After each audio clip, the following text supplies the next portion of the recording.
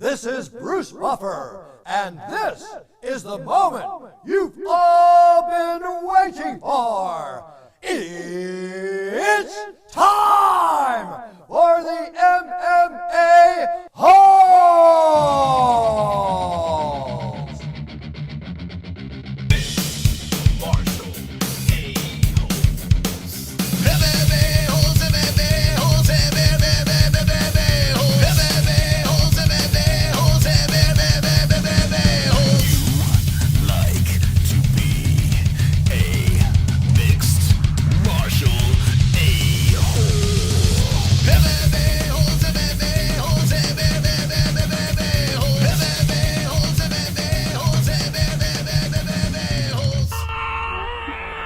No way. From the Sanoxie and D-Rest studios of Arizona, Charles Oliveira versus Justin Gaethje official. Oh, by the way, Michael Chandler versus Tony Ferguson in the works. UFC 274 fired up. MMA news. We got Erick Gonzalez, Eagle FC. Oh my God, a full pack show with the MMA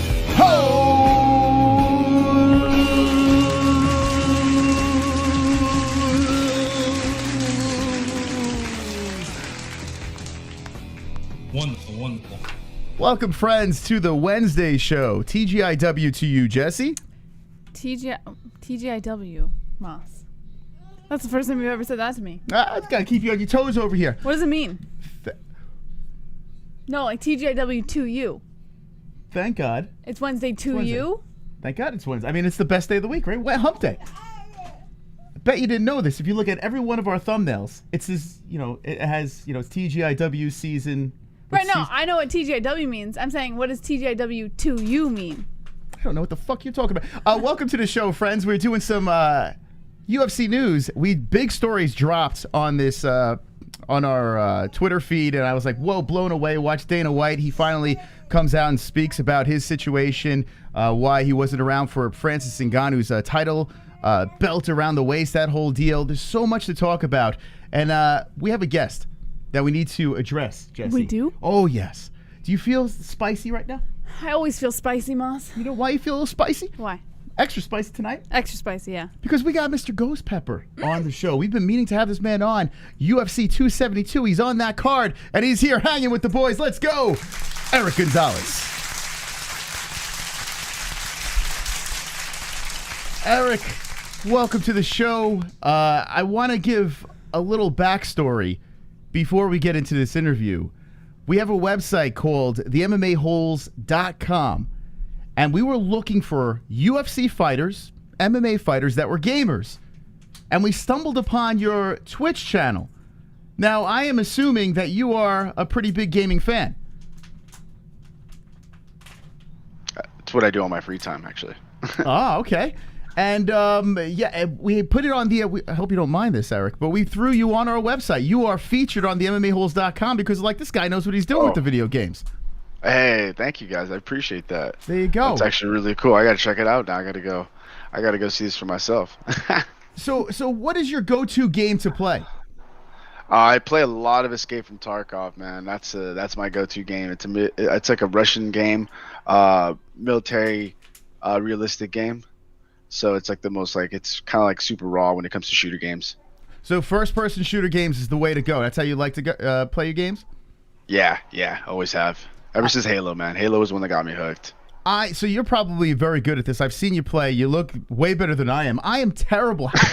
What do you play with, a controller, or do you do the mouse and the keyboard thing? I do mouse and keyboard. That's the way, right? That's the precision shooting.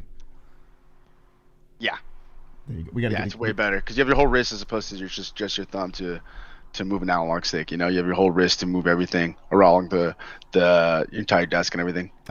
So when you hear people play with controllers, you internally you just snicker, right? You're like inferior. No, man. I actually just started playing on mouse and keyboard like 3-4 years ago. So that's why I like it a lot better. So I went from playing on Xbox and all that on console and then converted to PC games. There you go. Okay, so hey, if you're a gaming fan, go check out. Where can we find you on Twitch besides the MMAholes.com? On Twitch, you can find me on Instagram. You can find me on Twitter. You can find me on TikTok. All that Ghost Pepper, Ghost Pepper UFC. I like it, Ghost Pepper UFC. Now, congratulations, by the way. I know the first appearance, they throw you a legend of the game over here. I mean, when you got that call for the UFC, I mean, I'm sure you were beside yourself. But tell me what it was like when you received the call. Did your manager call you up? How'd you find out? I just got back from training, and I was sitting on my desk. Actually, I was playing some video games, and then my manager called me and told me that UFC was at her door knocking, and it was a veteran. So they just they threw me Jim Miller on a 10-day notice, and the rest is history. It was an unfortunate outcome on what happened, but learned a lot, and just a little bit too much wake up for me. But you know what, I had to do what I had to do. Contracts at my hand. I can't just walk away from that. I mean, the nerves must. I mean, you must have been like, your heart must have been beating out of your chest when you get that call. Hey, it's here, the UFC. How long have you been a professional fighter before you got this call? 9 years. 9 years in the game, and you fought all over the place, right? Combate. You were in a bunch of different promotions. Yeah, I fought in Combate for majority of my fights, but and then some of the local shows, like Lights Out was my most recent one, over here based in LA. Then I got drafted, and that's when after I got drafted, because I had 2 fights this year, or last year, sorry, 3 fights in total. And then the first one was in Mexico, Monterrey, and then for Naciones, which is a brand new promotion, and then Lights Out, which is already an ongoing promotion. And how much time did you have before this Miller fight? 10 days. 10 days, I found out. Oh my God. So yeah, they called me on 10 days. I actually was coming off of a fractured toe. So I was coming back into camp, or back into training. And so the weight cut for me was a little bit over 24 pounds. Wow. So it was a dramatic cut, and it's a day before weigh-ins. So it was the last day before weigh-ins. It was really hard to cut that last like 4 pounds, man. Barely made it out of the sauna without getting some help to get out of it. So it was a little tough, and it was my first time ever getting knocked out or even finished in my career of 19 fights prior to that. I've never been knocked out. I've never been dazed in a fight like that. So it was kind of a surprise for me, but we're going to come back with a full camp this time, and we're ready to just to really show people what I really got. It was an epic fight though, nonetheless. Yeah, I mean, it was something else. We were riveted through this fight. I mean, it's some story. It really is. I mean, here you are in the game for a little bit. You finally get the call. You have 10 days notice to get ready for this thing, and you fought like a savage. I mean, you earned Jim Miller's respect. We could see that throughout the fight. When you do get a call like this, you do take a loss, but does the UFC say, hey, listen, because you took this fight on 10 days notice, you're getting another shot? Was it a multi-fight deal? Yeah, it was actually a multi-fight deal. So I got 4-fight contract. Jim Miller was the first, so I got 3 fights left in my contract. So, plenty of time to, turn the pace around, turn everything going towards my favor. Going forward, and like I said, man, I've been working a lot harder, fixing some games in my, some holes in my game that I have, and can only look up from here, man. There's no looking down. It's gonna happen in the fight game. We're gonna lose some, we're gonna win some, and it's our job as an athlete and as a fighter that I am to just keep moving forward and go on to the next one. Well, listen, a fight against Jim Miller, I mean, he is definitely no slouch. The guy is an animal. When you made the walk for the first time for the UFC, please describe the feeling. Like, the doors are open and you're walking in towards that cage. What was going through your mind?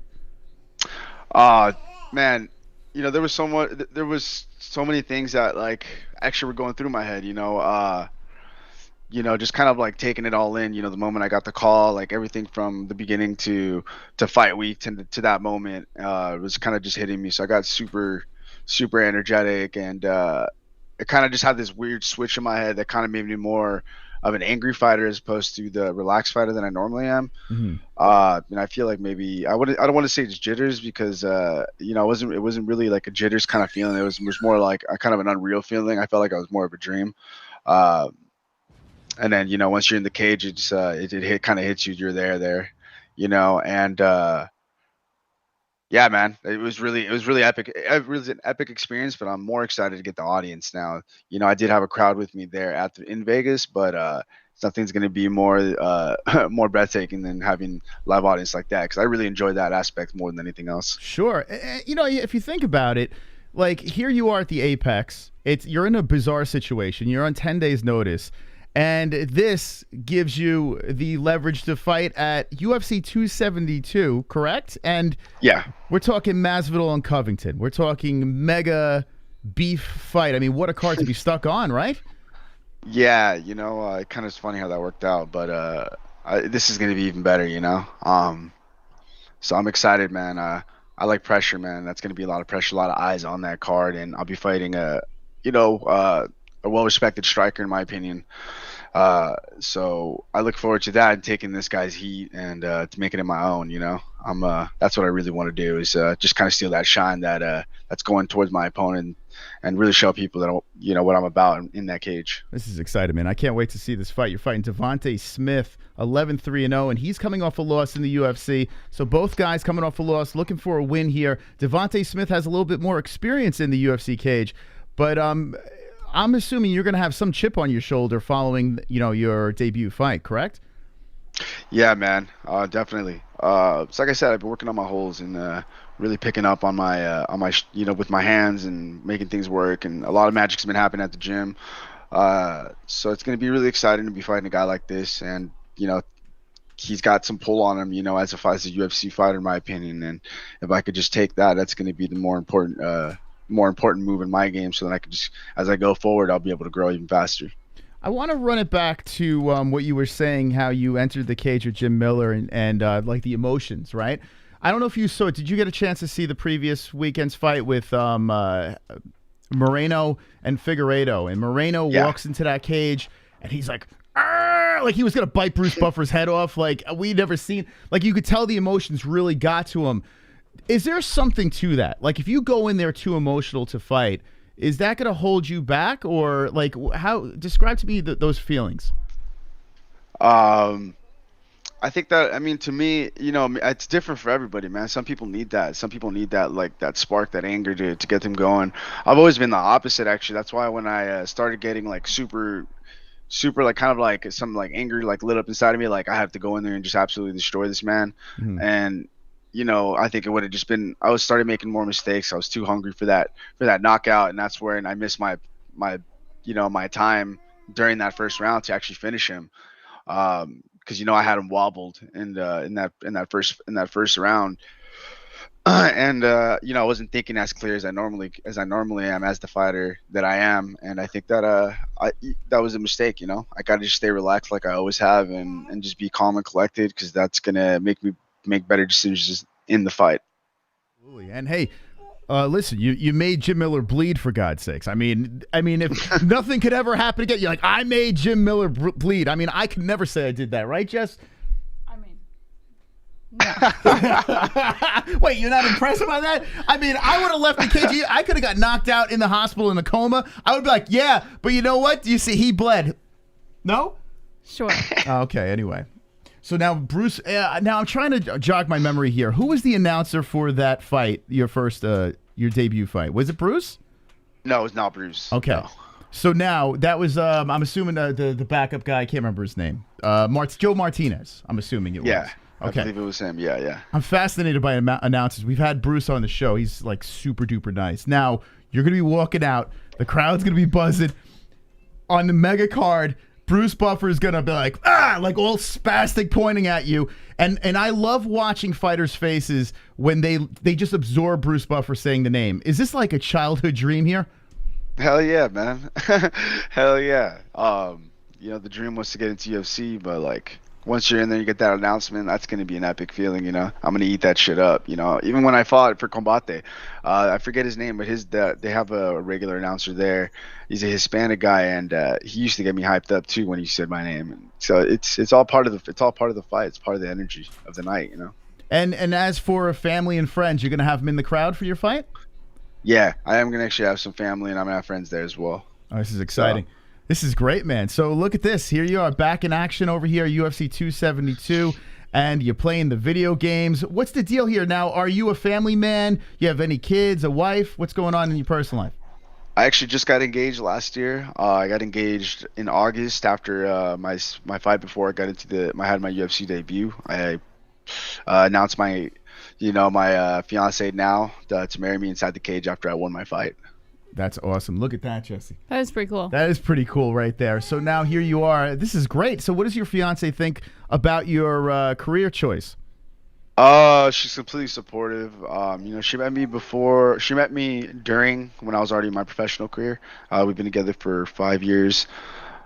Yeah, 5 years, and so she's already been through it, and she met me before that. And she already knew this was like the love, like this in general, man. It's always just been the one thing that I've loved entirely in my life, and that's why I'm doing this, because I love the sport, and I want to give show to the fans for the entire fight. So I always make interesting fights, and I love this game. It's an amazing game to have, and I'm blessed to have people, support that, which is everybody that watches. Yeah, I tell you what, man. I went down the rabbit hole when we first ran into you on the gaming stream, and I was watching some of your previous fights. I tell you what, man. You are a savage. I was watching these fights over here. You don't play games in this. Like, you mean business when you get in a fight. How do you get yourself to that point where you want to just take out your opponent? Do you just loathe your opponent, and then after the fight, nothing but respect? Is that how it is? Yeah, no, absolutely, man. I'll even, have some fun on social media. It's just the hype of fights. You know what I mean?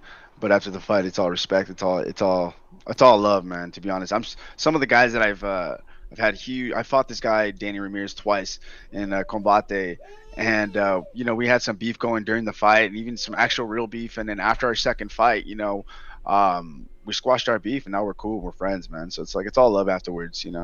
I feel like there shouldn't be hate in this sport. Mm-hmm. I wouldn't do it for that. There's got to be something. I mean, I guess just to go and be locked in a cage with another human being and just go at it. Leave everything in that cage. There's got to be the utmost respect. I mean, no matter how much you hate a human being, after going through something like that, there's like this weird bond, I would imagine, right? No, absolutely, man. There's nothing like it, man. You're like, I'm the freest when I'm in there, man. I can do whatever the hell I want. And I'm getting paid to do it, and I get to do it in front of thousands and thousands of people. So it's such a weird feeling to know that everything you're doing and all that hard work in the gym or whatever, it's all part of the journey, Yeah. But once you're in there, man, those 15 minutes of fame is just there's nothing like that at all. It's got to be something else. Now, do you get the free meals? Chris Curtis came on and was telling us he was so excited he got free meals from the UFC. Are you getting these? Yeah, I do, man. You get them the week of the fight, as soon as you land or whatever. They actually ask you what your calorie intake is, and then if they'll give you some stuff as well from Thorn Health, I believe it's from. So to help you maintain and get the vitamins you need or the nutrients or whatever. So it's actually really crazy, man. It's really legit. And then the UFC PIs, it's really sick to have that access to that. And I live in LA, so I only have to drive like 4 hours if I really want to go there. I just take a flight for like 30 minutes. So you can just basically show up anytime you want at the PI, get in the training, the whole deal. They treat you like royalty? Yeah, man. You get to set up the schedule like on an app, but it's really easy, and I mean, you can get it pretty much whenever you want. You know what I mean? And I'm like, whenever I go to Vegas, I always schedule it and I can get in there. That's and awesome. You can get massages, you get a bunch of treatment, happy recovery ending. You stuff. get happy endings there. Oh, okay. I get those at home. Okay, I had to ask. Just curious. That'd be a great perk, though. Okay. So, did you get starstruck with anyone when you were at the PI? Did you bump into anyone or at the event? Yeah, man. The PI, I actually ran into Forrest Griffin, man. He's actually him and the Stephen Bonner fight that they had when they both got their contract. That was actually the fight that got me wanting to be a UFC fighter, believe it or not. So that was really cool to actually meet him, and I got to take a picture with him. So it was awesome, man. That guy was Forrest Griffin was probably the only person that got me more starstruck than anything else. I got to talk with Michael Bisping on a video chat, which was actually really cool. So I'm sure I'll see more of him around as I go. But other than that, I think the best part of the whole thing was just kind of receiving those UFC gloves. Oh man, what did that feel like? Right, you slide those things on your hands, and it was just—was it like an out-of-body experience? It felt like a kid, man, when you get like a gift that you really wanted, you know, and you just like that one scene from what is it, Christmas? I think it's Christmas Story, when he opens and gets that rifle. Mm-hmm. And like, dude, it's just like it's a dope feeling, man. That's cool. It's like, the 9 years of work, and then I put on those gloves on, I'm here, but the job isn't done. It's just the beginning. Sure, yeah. I mean, how do you separate that? Like the kid, you hit the big stage. Now, how do you take it to that next level? How do you get your mind ready for that? I just focus on my training, stay in the gym. Always criticize my own fights, criticize myself as much as I can. So then I fix everything in training, man. Do the best I can. We're not going to be perfect, but we're going to get damn near to looking the best we can. And I tend to do that as I go forward. Every fight, I don't want to be the same fighter. I don't want to be stuck in a certain style of fighting. I'm just going to focus what I'm good at and focus what I'm not good at specifically, and then work those holes. And then that way I become a complete fighter. So then eventually I get myself into that title calling. And you mentioned Forrest Griffin running into him. Who was the fighter that really got you? Was it Forrest Griffin, or was there a specific UFC? It was actually Anderson Silva, man. Oh, it was Anderson Silva. Yeah. He was the dude. He's the GOAT, man. So, that's definitely who got me into MMA, UFC specifically. Was watching him. Because I didn't actually even know about MMA when Pride was around, 'cause I was too young, but UFC was the first thing that I got to see, and then I started looking more into it. And then when I find Pride, I saw a bunch of fights even with him, and it was just, dude, it was epic, dude. Yeah. Guy's unreal. And look what he's doing now too. He goes to boxing. He's beating up people over there. The guy is such a legend. It's crazy. What are your thoughts though on the whole, with the steroids and everything like that? Anderson got a little trouble with that. Does that taint any of his legacy? I don't think so, man. I think if I'm not mistaken, it happened when he was older, right? Yeah, he got caught older. My brain's just fogging me. This was recent years. Yeah, more recent. Yeah, I mean, he's a lot older, man, and it's gonna. I wouldn't say. It's not. I wouldn't say I would do it, but I still have respect for him, and I don't think it hurts his legacy at all.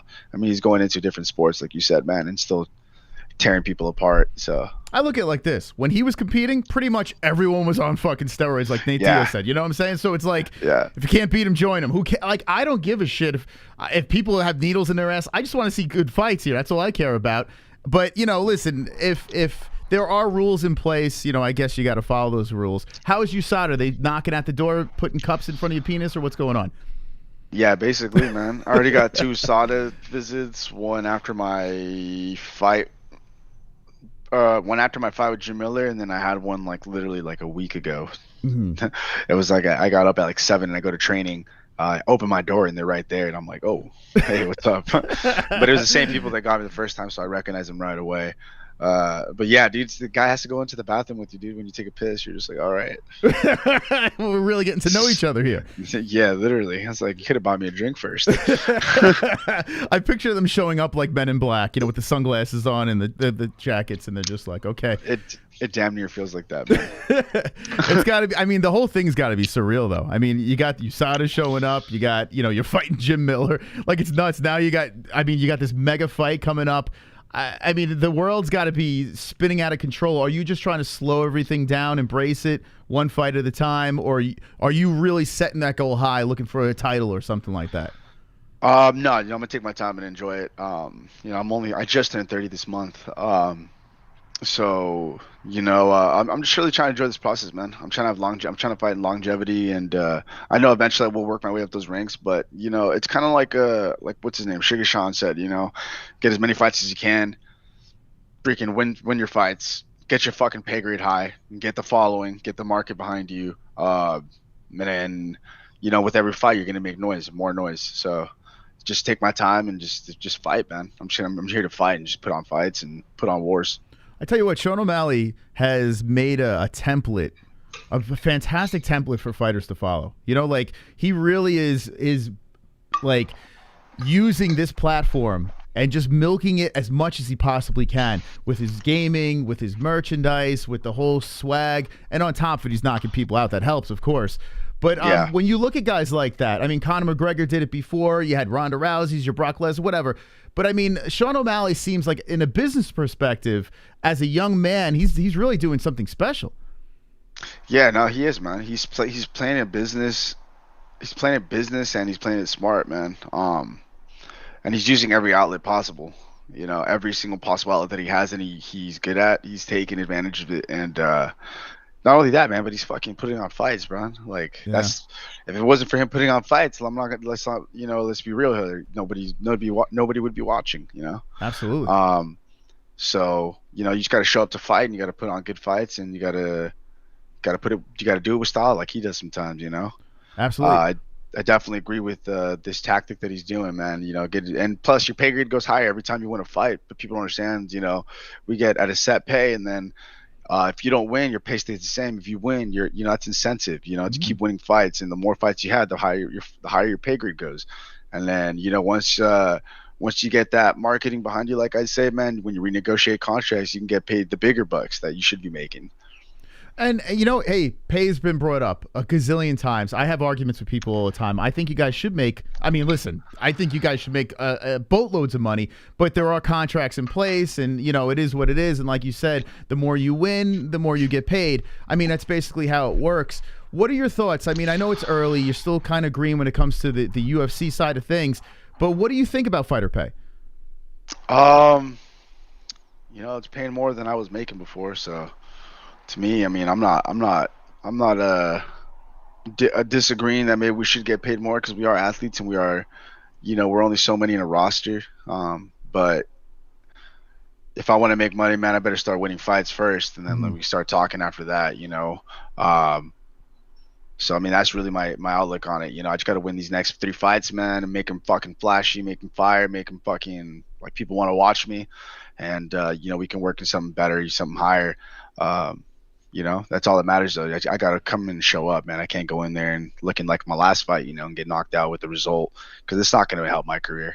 Yeah, I mean, listen, that's very well said. Devonte Smith, your opponent, I was looking through his last 5 fights, and he won 3 out of his last 5, but the one thing that stood out is either way, it's a knockout. Whether he wins a knockout or he gets knocked out, like, this guy is looking to bang. So what can we expect in this fight coming up between you two? You know, you're definitely going to see me pushing his pace, man. I got to keep him on his back foot. I saw his last fight. I was just literally watching that right before I got in here. And, you know, you put him on his back foot, and you can really, you know, ruin his game, because he's so long. Actually, we have the same exact freaking reach, man. 76 inches. We're both the same height. I'm 5'10". He's 5'9".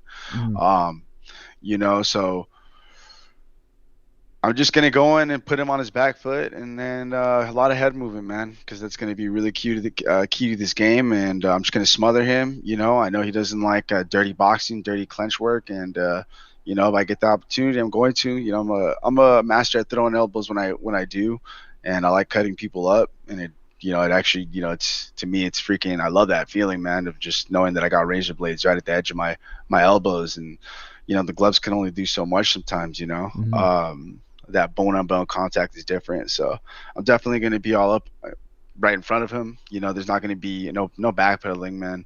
You know, it's not really my style. I'm just going to stay calm and relaxed and just pick him apart little by little. So, you know, he's more of a 1-round guy, in my opinion. So I think if I take him to deep waters in the 2nd or 3rd round, I think that I'll be able to just easily finish him with TKO. That's pretty cool. Now, if you just jumping into the stream, this is Erick Gonzalez, Ghost Pepper UFC _UFC. Go check him out on the IG, all over the social media universe. We got him on the MMAHoles.com, his gaming channel as well. So check out his games over there. I'm really looking forward to this fight. When you guys have you ever had a situation in a fight where you guys are just talking shit back and forth? Do you get vocal in any of the fights, your previous fights? No, not during the fights. I mean, it's mostly just like mostly guys just like trying to taunt. That's about it. I've never had any actual not vocally during the fight, you know. What do you think about those guys, like the Sean Stricklands or the Kevin Hollands that just talk crazy shit? Do you think that gets into their opponents' heads? I mean, definitely, yeah, hell yeah, man. For some people, for sure. So if they can't handle that type of that pressure, someone talking shit to you, and then if they're also beating you, it makes it really, makes it really hard Sure. to kind of get over that aspect, because then you feel like you're getting walked all over, and that doesn't help, with it doesn't help, be it for you to concentrate in your game plan. So I definitely think against the guys. I've never had it happen to me, but if it does, I'll probably just start talking shit back.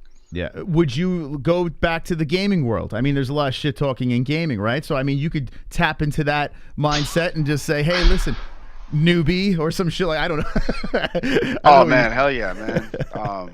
Two can play that game, so it's not really hard, especially in gaming, man. You play with your buddies, you're always talking shit, so I'll be coming back with some smart remarks myself if I have to. What about leading up to the fight? Have you been going back and forth with Devonte Smith? Nah, man, none at all. I'm not really trying to stir the pot on this one yet. Can we? What if we started on social media? Would you be opposed to that?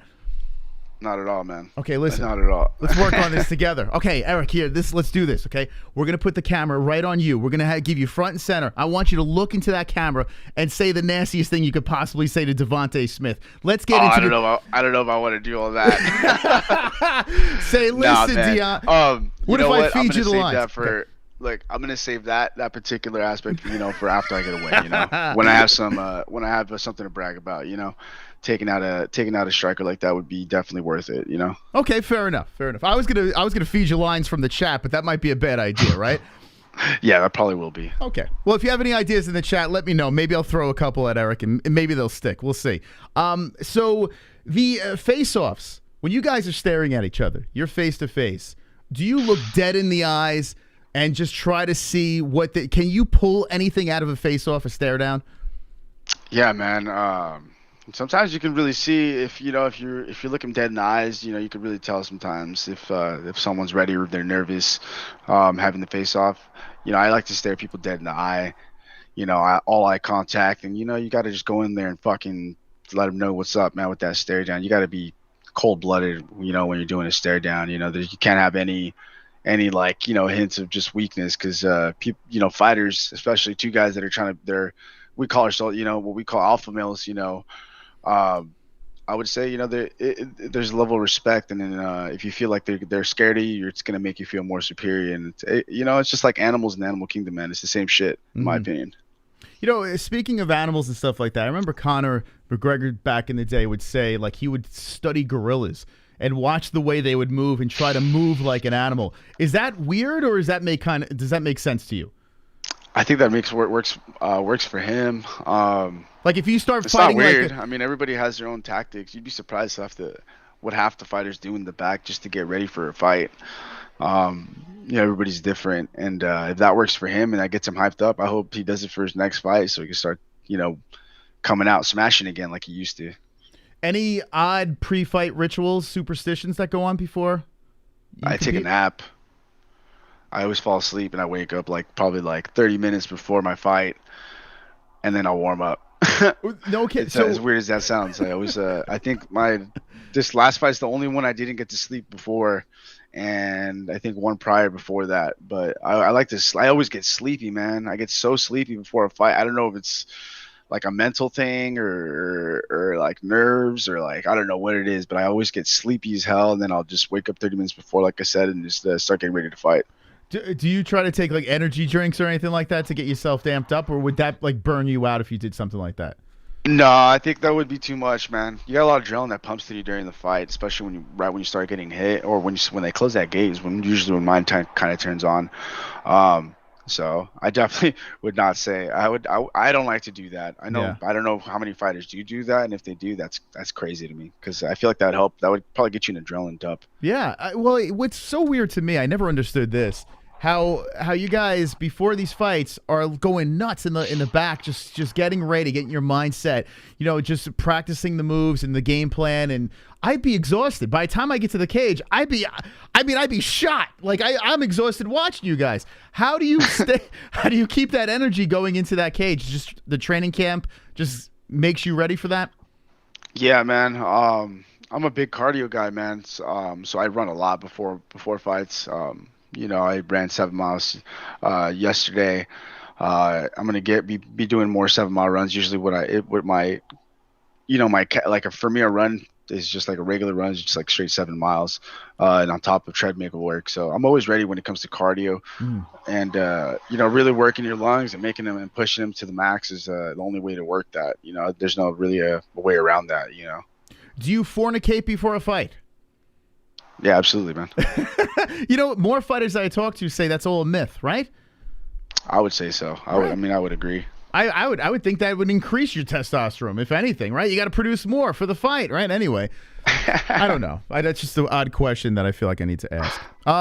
So what do you think about Gaethje fighting Tony Ferguson? You're at the 155-pound weight class over here. It looks like this fight is in the works. What are your thoughts on a crazy fight like that? It's going to be interesting to see. I don't know. Ferguson hasn't really seemed the same, and to me particularly, because he's a savage, man, and I just haven't seen like that fire, you know what I mean, that he did have like a few, not even that long ago. So, and then Gaethje's still, Gaethje's just a freaking rhino. He'll just keep walking forward, It's going to be interesting to see. I'm excited. I mean, Ferguson's got reach and he's got his jiu-jitsu, but I hope he doesn't spend too much time on his back, because that's really going to play against him. Mm-hmm. Yeah, absolutely. I know he's comfortable there, but you don't want Michael Chandler on top of you, right? I said Gaethje. I'm sorry. Chandler. You don't want Chandler on his back, you saying? No, I said I don't want Chandler keeping him on his back, because Chandler will just keep smashing him with ground and pound, man. He's a beast like that, Yeah. He's got magic. He's got insane power. I think Ferguson's really got to worry about that right hand. Did I say Gaethje or I'm all confused. I think I confused the whole thing. It's Ferguson versus Chandler. I don't know what the fuck I think I just mixed up fighters. Okay. I thought I was throwing off. Now you're good, man. Yeah, but I'm not very professional over here. It's all good. Yeah, it's Chandler versus Ferguson. My God, because I know what's it called? Gaethje versus Oliveira was. Yeah, that one just got announced. That's what I was thinking. I was like, did I see that wrong? I was like, am I tripping? I'm stoned. No. Yeah, sorry about that. Yeah, Chandler versus Ferguson. That's right. Yeah, so you're saying if Ferguson plays off of his back over there with Chandler on top, it's probably not going to be a good night, right? Yeah, I don't think so. Yeah. I think it'll finish probably a little bit sooner.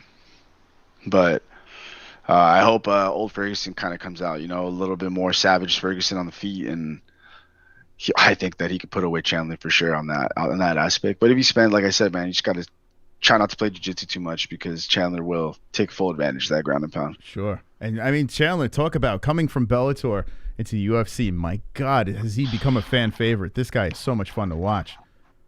Yeah, man. That's crazy. All the opportunities he's gotten already, but he's taking full advantage and showing up for every single one of them. So Chandler's a beast, bro. He's something not a force to be reckoned with that, without a doubt. You got to be ready for those really, really explosive hits and those hooks, and that overhand, that even that left, man, where he put away who did he put away in that first fight again? Dan Hooker. Yeah. So he's not a force to be reckoned with, man. He's got a fucking beast wrestling, man. It's good wrestling.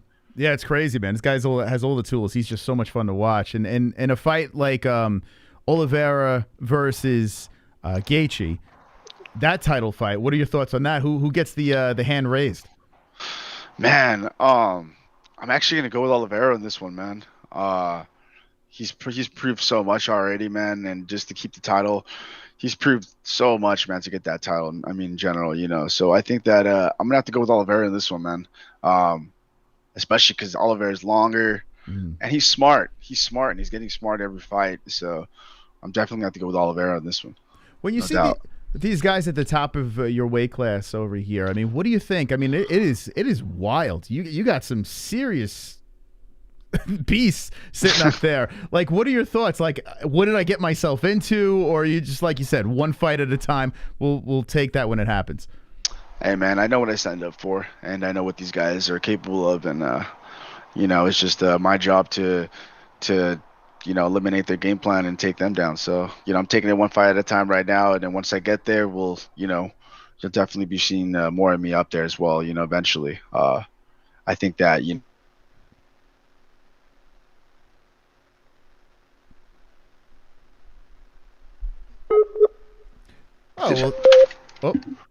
signal just dropped for a second. There we go. Can you guys hear me? Yeah, oh, we're wow. good. Yeah. All right, cool. Sorry about that. Nah, I just froze up for a sec.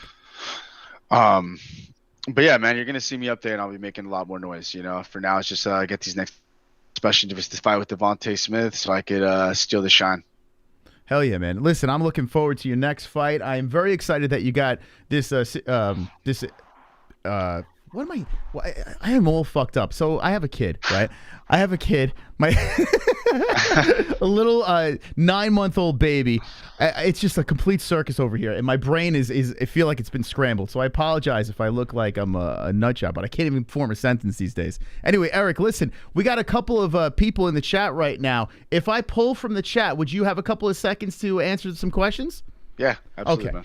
All right, chat room. Listen, we got Erick Gonzalez, the Ghost Pepper, UFC fighter. He's fighting Devonte Smith. It's coming up UFC 272. Right now is your chance to ask some questions. Let us know what you say in the chat. Do it now. Ask away because this man's going to be a champion. I can see it. He's got it in his eyes. He's got that killer instinct. Has anyone ever said that you look like Dominic Reyes? Have you ever gotten that before?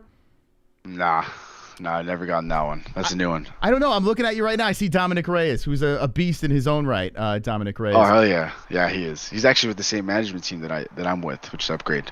Well, look at that. You should do twins. You should be like stunt doubles for each other. I don't know. That's awesome. And what management company you guys got? I'm sorry? What management company? Upgrade Management. Upgrade. Okay, there we go. Upgrade Management. I'm pretty sure I was actually their first fighter they signed a little years back when they first got started. Okay, there we go. Well, listen, we got a couple of questions coming in here. We got a man named Carl Gray says, Eric, do you have trouble sleeping before your fights? I don't. Dude, you know what? I've had only one time I had trouble sleeping. That's because the bed was super uncomfortable, which was when in Guadalajara, man, my back started, like, because of the weight cut, my back hurt really fast. And that's the reason I had trouble. I actually woke up at 3 a.m. the day of my fight.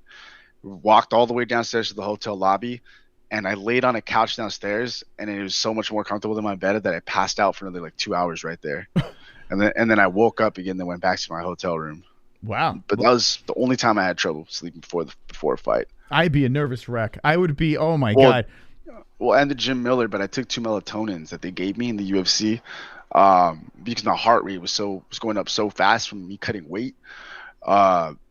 That I knew I was going to be able to sleep because just too much of a cut.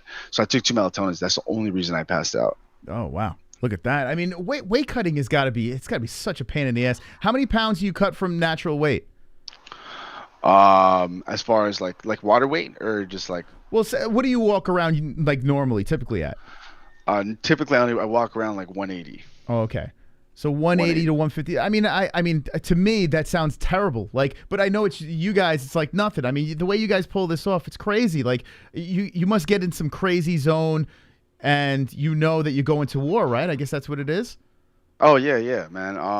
As soon as I get a contract, dude, usually my diet starts right away. Like this time I got it. You know, I want to say like 2 weeks ago. Yeah, 2 weeks ago. So my fight camp started then. So I'm already down to like 175 right now.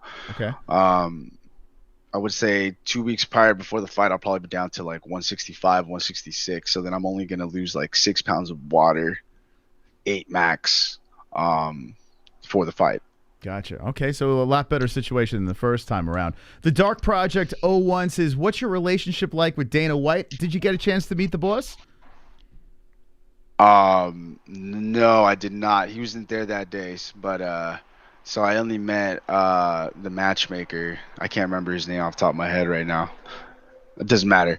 But no, I only met the matchmaker. I didn't get to meet him at all. Okay. And Ramirez says, nunchucks in a street fight or nah? Like against them? Probably not. I'll probably just take that pass. But if I know how to use them, shit, why not? You know, at the street fight, there's no rules. Reckon Woo wants to know, do you wipe front to back or back to front? Okay. Back to front? I don't know. That's our audience right there. Look at them. We had a bidet sponsor at one point, and I was like, let me try a bidet out. Let me see what's the worst that could happen. I fall in love with this thing, right? We reach out to the company, they sponsor us, the whole deal. Bruce Buffer comes on, and I asked him, would you ever use a bidet? And he was like, he politely declined. And then legit 3 days later, we get a text from Bruce saying, is that offer still up? Is that still on the table? So Bruce, No way. Yeah, the Buff blasts his ass with a Lux bidet. How about that? That's fucking hilarious. The more you know. Story. Yeah. Anyway, let's see. Let's see if we have any other questions in this chat. I mean, Jesus, this chat is quite the bunch. Let's see. What else? Any other questions in the chat before I let my... All right, you know what? Fuck these guys. Anyway, Eric, listen, I appreciate you coming on, taking some time out of your day to jump in, and looking really forward to this Devonte Smith fight. You say you're going to go in there and kick some ass. Is there a prediction, round, finish? What do we got?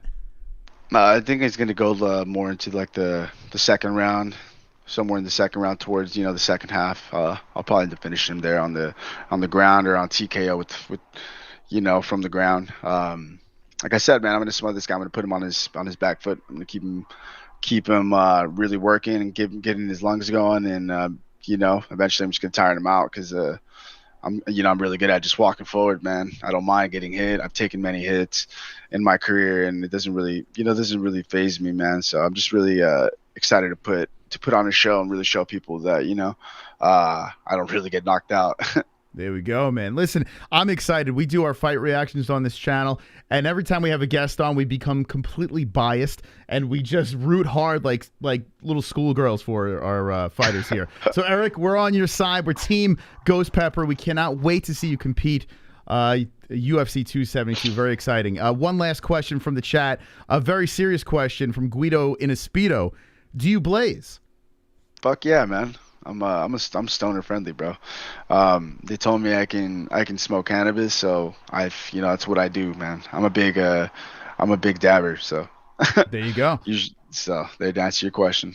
And the UFC is very light on that now, right? You can't get into trouble anymore with marijuana, any of that stuff. No, man. It's only during competition. So like I think the day before the fight, or you think that if you were the day you're cutting weight, maybe because you're too much cannabis in your system. Okay. But during out of competition now. So still it is, because I wasn't sure the exact rule. So right before a fight, you cannot dabble in any marijuana. Yeah. Wow. I usually I stop anyways the week before the fight. I'll stop. And then so I go into that fight with no marijuana in my system anyways. Mm-hmm. But I do smoke prior to that. So while I'm training and all that stuff. Like, is there any advantage to having marijuana in your system fight day? Like, I don't understand. I can't wrap my head around this. I mean, the only thing, if you like to be fucking faded when you're fighting or whatever, I guess the only true purpose is it keeps you more relaxed during the fight. Yeah. You're not like in panic, or you don't let the adrenaline get the best of you. But it can work against you too, Mm-hmm. I'm not, it kind of depends on the person. Everybody's different. And what about CBD? You take any CBD products for like healing and stuff? Yeah, I do. I take Green Care Medical. It's actually really good stuff. My buddy's actually the one who owns it and or runs it and does everything up for them. But yeah, I do take CBD. I take a freeze formula. I take a sleep formula, which actually I just started recently using. Works really well. And then the drops under the tongue. There we go. Well, Eric, listen, I really appreciate you stopping by. And if there's any shout-outs you'd like to make, now's the time to do so. To MMA Holes, shout out to you guys for having me. To everybody in the chat, thanks for pulling in. For all my friends in the chat, I love you guys. Make sure you follow me on my social media if you can. Ghost Pepper at UFC at Ghost Pepper UFC. I'll follow back and I respond on messages. You'll get more familiar with my face as time goes on, and I'll see you guys at UFC 272 March 5th. Shout out to my management team for getting me this fight as well. And ladies, he's off the market, okay? I just want you to know this. When he's walking to that cage, UFC 272, stay away. He's spoken for, okay? What about the after party? Is there any big plans for the after party UFC 272? Yeah, man, fucking get this win. That's my after party. There you go. Get this win, and then after I finish that win, man, we'll decide what we want to do, But that's my after party. Will be get that win. Eric, thanks again, man. Appreciate you coming on, and looking forward to your fight. All right, man. I appreciate you guys too, man. There he is, Erick Gonzalez, Ghost Pepper MMA, live on the MMA Holes.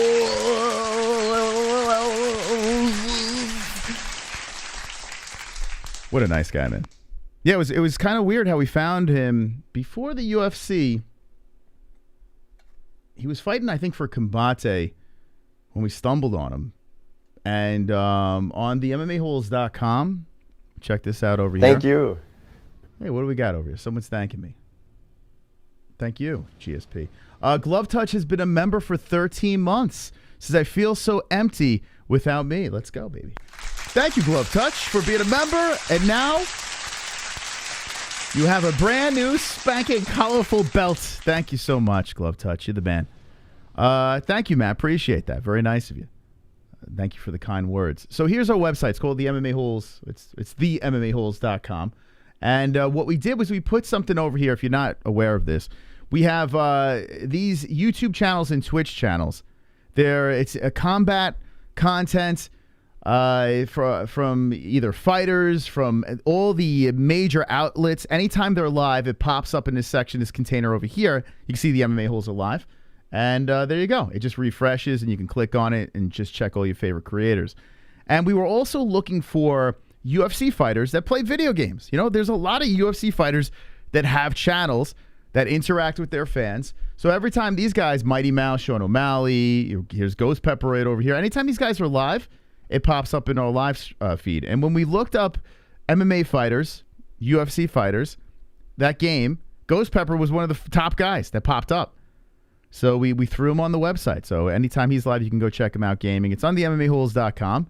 And you can be a little bit, if you want to get to know these fighters even more outside of these interviews and stuff like that, jump in their gaming streams. Stipe Miocic has like 40 people watching him. It's fucking Stipe Miocic. Mighty Mouse sometimes has like 20 people watching him. It's crazy. It's absolutely crazy. But you can, what's the great part about that is because the crowd is so low, you type in that chat, they're seeing your stuff, so you can actually have a personal interaction with your favorite fighters. So go over to the MMAHoles.com. We'll add some more content creators.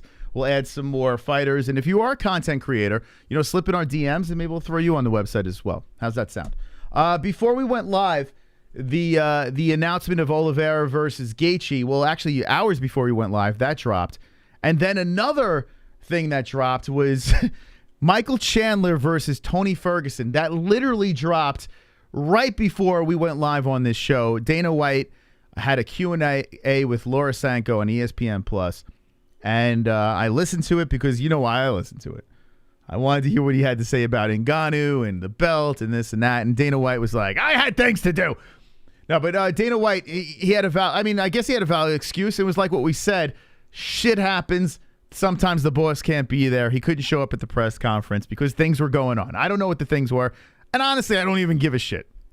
It's all over the place. We got to talk about it. We have to break things down. Weird texts and emails going to management teams, money not being paid, fighters not being liked, whatever. We have to discuss that here on the show. But I always think Dana White, listen, Dana White's, he's the guy. How do you not like Dana White? I mean, I don't know. Some people out there are on this witch hunt to take him out. Fucking stupid. There also, this is wild.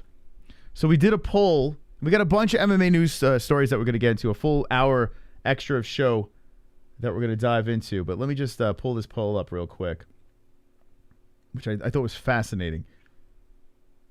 Hold on a second. Let me click this. Very nice. Dana White is slowly morphing into Dom DeLuise. No, I think Joe Rogan, he's starting to look like Dom DeLuise. Like, legit, it's kind of freaking me out. Every time I see Joe Rogan taking pictures, I'm like, this guy looks like he should be in Twins too. With just a lot of muscles. Let's see. Okay. Let's go to the MMA Holes YouTube channel, our community section. We are sponsoring Caleb. Yeah, Caleb Harris is fighting for the belt. Guys, this weekend, before I go into this, thank you, Ann, for bringing that up. This weekend is going to be bonkers.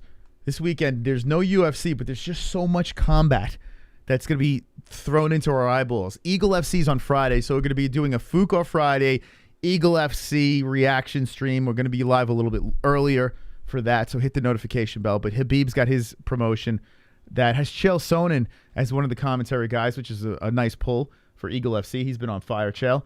And Rashad Evans coming back. I'm not the biggest fan of that since, my God, he's looked terrible. And I mean, but hey, listen, if he feels like he wants to compete, and the right fight, whatever, we'll watch it. So that's going to happen. But anyway, yeah, Eagle FC on Friday, and then Caleb Harris Bare Knuckle FC is on Saturday. You got Bellator too as well. It's in Arizona, but there's just so much shit going on. So we're just going to do a Fight Buddies on Saturday, Bellator and Caleb Harris. You do have pillow fights going on as well. Kendall Volker is in pillow fight, PFC, Pillow Fighting Championship as well. I don't know how we're going to, I'd like to see her compete, but I just don't know how we're going to fucking juggle all the shit. Caleb Harris is fighting for the bare knuckle strap. I mean, listen, we're going to be a little selfish that night because we're going to be rooting hard for our buddy Caleb Harris fighting for that belt. But look at this poll. By the way, I'll show this one first. So this is kind of interesting. We put a poll out here, almost 1,000 votes, 964. No UFC this weekend. Which event excites you most? Bellator 22%, Eagle FC 34%, BKFC 10%, Pillow Fighting Championship 25%, and One Championship 9%. I mean, okay, I'm not surprised with one. People kind of, it's on an odd hour and the whole deal, and and people, there are decent fights over there, but just people don't have time for that. But people, you mean to tell me, have more time for Pillow Fighting Championship over BKFC, which a friend of the show, Caleb Harris, is fighting on? like no joke, Caleb fucking Harris, man, is fighting on that thing. And Bellator, Ryan Bader, Master Bader, is fighting on that Bellator card. And Pillow Fighting Championship has a slight edge. So that's, I guess, Pillow Fighting Championship is either people are trolling or Pillow Fighting Championship's doing some good stuff. And I got to say, if you go over to the interwebs, Kendall's all over the place. Barstool's tweeting it, and Instagram, on their Instagram, it's all over. Pillow Fighting Championship has exploded on social media. Like, everyone is yapping it about it, and people are interested. So congratulations to Pillow Fighting Championship. You've gained interest. You're over Bellator. You're over One FC. You're over Bare Knuckle, who's been killing it by a landslide. So wild. But Eagle FC takes the highest so far. We'll see how that plays out. It's on the community section of our YouTube channel. Go vote away so we can get it like a final vote on this thing. Check this out. 1.4K votes. And this is wild. Wild. Do you pay for UFC pay-per-views? 23% said yes. 77% say No!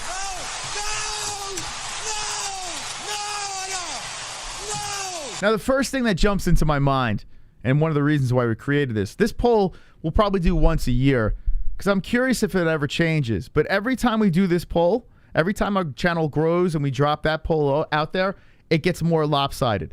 This is wild. This is like, now some people could be trolling, but I honestly think this is pretty freaking accurate. I really do. I would imagine this is pretty I was gonna say African. Why am I gonna say African? I don't know. Oh God. Wonderful. I don't know what's up with my head today. My head is everywhere tonight. Anyway, it's pretty African. No, it's accurate, man. Seriously, like 77% saying no on this thing. A lot of people have easy ways of finding streams. UFC prices go up and people are just finding these streams. And with our channel, I mean, which is wild, people just watch us. People legit just watch the MMA Holes, which is crazy to think about it. Like, to wrap my head around the fact that me and Jesse will sit here and just react to fights and people will listen and watch and get their information that way. It's an incredibly humbling thing. So thank you for that. But the thing that really stands out here is, a glove touch donation. Wonderful. The PFC guy told me I can fight when I meet him and told me reach out. And I got left on scene. Twice. What the fuck? Well, you're not 18, so I think once you're like 18 years old, of age, I mean, you can't fight at 16. Think about it. Or even 17, it's a little sketch over there. Glove touch. I mean, there's things called legal issues. I mean, you got kids fighting. I mean, I understand it's pillow fighting. I get that, but I don't know. I feel like I would say this, glove touch. I would say just pump the brakes. Just hold off, because before you light someone on fire, you may look back and regret saying certain things. Now, here on the MMA Holes, we stick our foot in our mouth left and right. It's not a good motto. It's not a good formula to follow over here, but we don't give a fuck, right? That's how we are. My humble opinion is this. You're getting the press credentials in all these organizations and stuff like that. You're a young kid. Just wait. Don't burn the bridges yet. When you get older, an old man like me, burn whatever the fuck bridges you want. But as a young kid, don't burn the bridges. Don't do it. Thank you for the donation, man. Appreciate it. But definitely don't burn those bridges right yet. When the time is right, light everything on fire. Knock yourself out. When you're an old man like me. But just pump the brakes, man. We believe in you. You're going to be doing great. But anyway, so this do you pay for UFC poll, the thing that jumped in my head is everyone is complaining about fighter pay. Not everybody, but it's a massive argument. And then when you have 77% of the people paying for pay-per-views, I mean not paying for pay-per-views, how can you complain about fighter pay? And then we get knuckleheads on social media hitting us up and saying, but they don't get paid. Not everyone gets pay-per-view buys. And I said, genius. If that 23% just said, hey, we're not buying pay-per-views anymore, what do you think's going to happen? Do you think the UFC is just going to thrive? No. If that 23% weren't paying the ESPN Plus, the pay-per-views, that's just not good. Now, I'm not saying that's the only way of revenue here, but that would be a massive hit to the UFC. If people just got fed up and saying, hey, I'm not supporting until you pay these fighters, well, they're never going to get fucking paid. You know? I mean, it's just logical to think that way. So I think this whole fighter pay thing, I understand the reason why people are saying it. Yes, fighters should make more money. There's no doubt about it. I completely agree. But for us to take up that fight is just nonsense when 77% of the people don't pay for the product. It's nonsense. So can we squash it from this point on? Let the fighters yell and scream about that. Let them fight the good fight. If you're going to stream the fights illegally, that's fine. You can do whatever the fuck you want. That's cool. But don't come across as a hypocrite. You got that? Thank you. Wonderful. Just a public statement, service announcement to the knuckleheads out there. Wonderful. Hey, Clayton. What's the difference between Issy and Rob? A soccer kick to the face and you win. Clayton loves that. Thank you, Clayton. Appreciate that. Look at Clayton making some noise tonight. Appreciate that. You're really saying and new. I tell you what, that fight is like slipping under the radar. It is right around the corner. Israel Adesanya is fighting Robert Whittaker a second time, and it's getting no play. It's wild, man. It's wild. Not every fighter gets pay-per-view play. I just mentioned that. I understand that not every fighter gets pay-per-view points, but it is a company as a whole survives. There's a reason why the UFC has a pay-per-view formula. It's because they make a lot of money off these pay-per-views. They do, and they make the companies that like the ESPN, they make them a boatload of money off of that as well. If they're not producing that money anymore, they're not going to be able to pay anybody. Think about it. It's not rocket science. It is not fucking rocket science.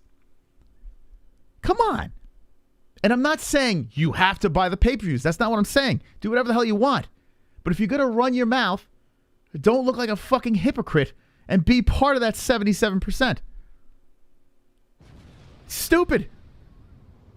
So dumb.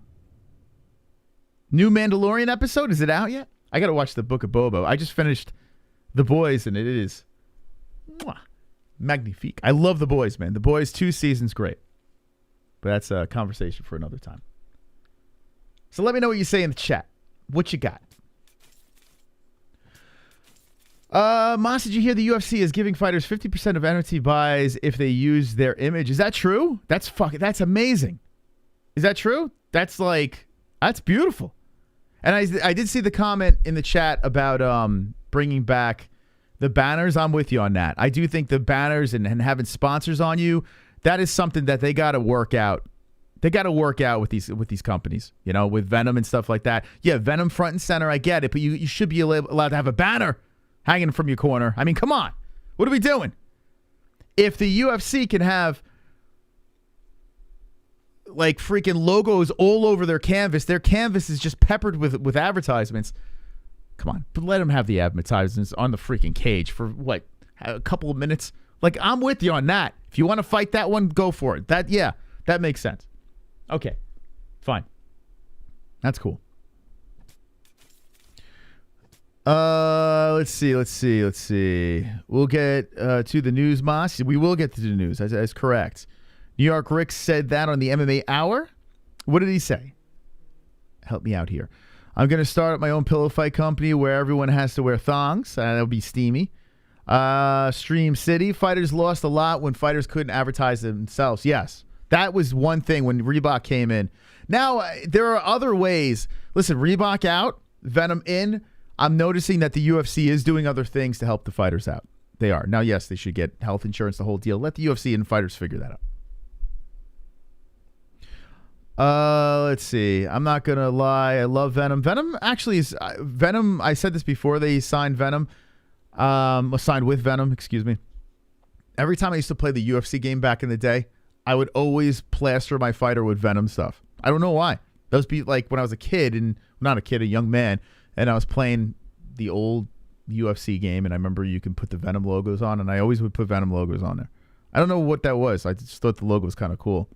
So I don't mind actual Venom. It's no head rush. Let's be serious here. Venom's cool, but I mean, the UFC does some business with fucking head rush. Now we're talking.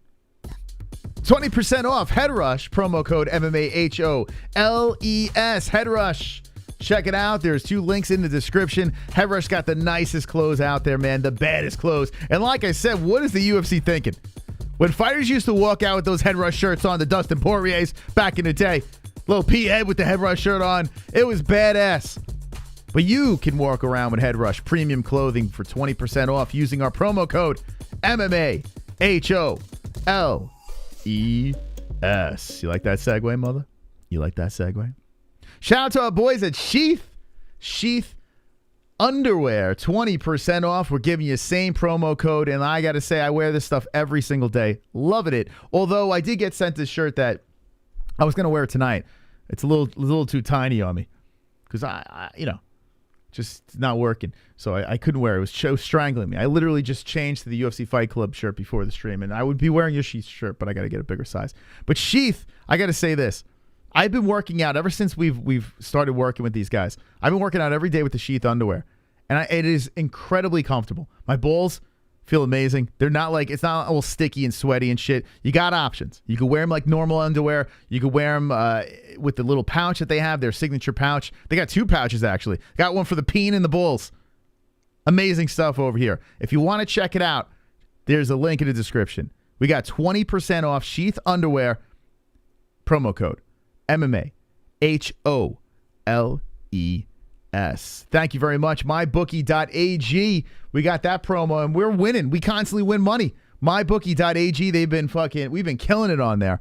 The promo code is MMA Holes at MyBookie.ag, and you can receive 100% match on your first deposit. We might have to put some money on the Ghost Pepper. I wonder if those lines are out. Let me check. Actually, you know what?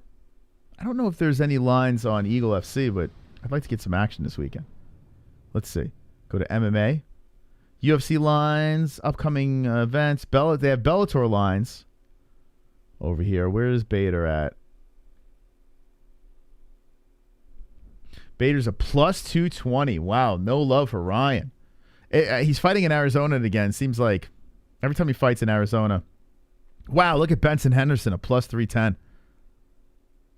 Oh, boy. The Arizona boys. Former UFC fighters. Big underdogs.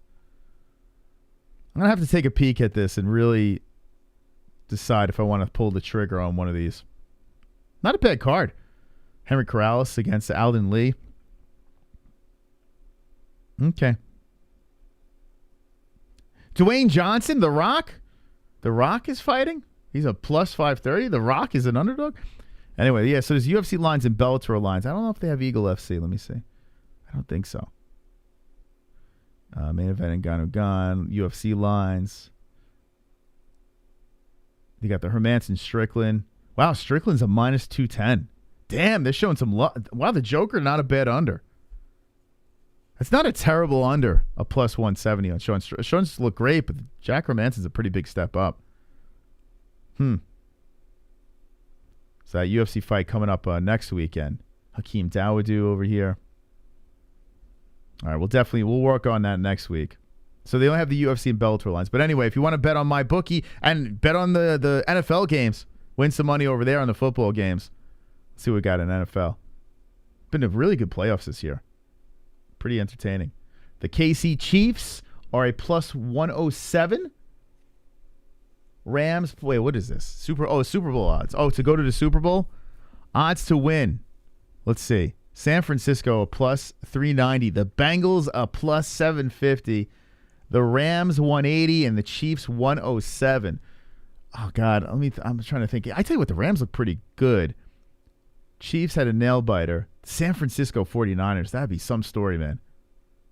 And the Bengals. Should we bet on the little football Super Bowl? All right, when the Super Bowl comes up, I might throw a little Super Bowl bet in the mix. But anyway, mybookie.ag. I look at this website, I get so stuck over here. I get zoned in. Love my bookie. And the UFC fights ESPN Plus. The link is in the description down below. And another win for ESPN Plus. Today I was watching the Dana White Q&A with the fans. Laura Sanko was doing the interview. It was exclusively on ESPN Plus. It was good. ESPN Plus, if you're just wanting to watch the fight nights, the Contender Series, the Ultimate Fighter, was it like $6.99 a month now? What's the price? Yeah, it's $6.99 a month. We got a link on our website as well. But we got like the bundles and shit. It's actually not a bad deal just for ESPN Plus. Now the pay-per-views, yeah, it's a little bit, little pricey. I'm not gonna lie. But for $6.99 a month, the ESPN Plus is a good deal. So check it out. There's a link in the description down below. ESPN Plus. Everyone that uses that link helps us out as well. So, yeah. Wonderful. Okay. Let's talk about a little Oliveira versus Justin Gaethje. Let's get into that. I want to see what the people got over here. I'm going to put the poll in the old chat. Who wins? Live poll action. Because I think I know what you guys are going to say. I'm not going to try to lead you in the direction. But I have I wish there was like early odds on my bookie because I'm pretty confident on this one. But I'm going to throw it in here and see what you guys say.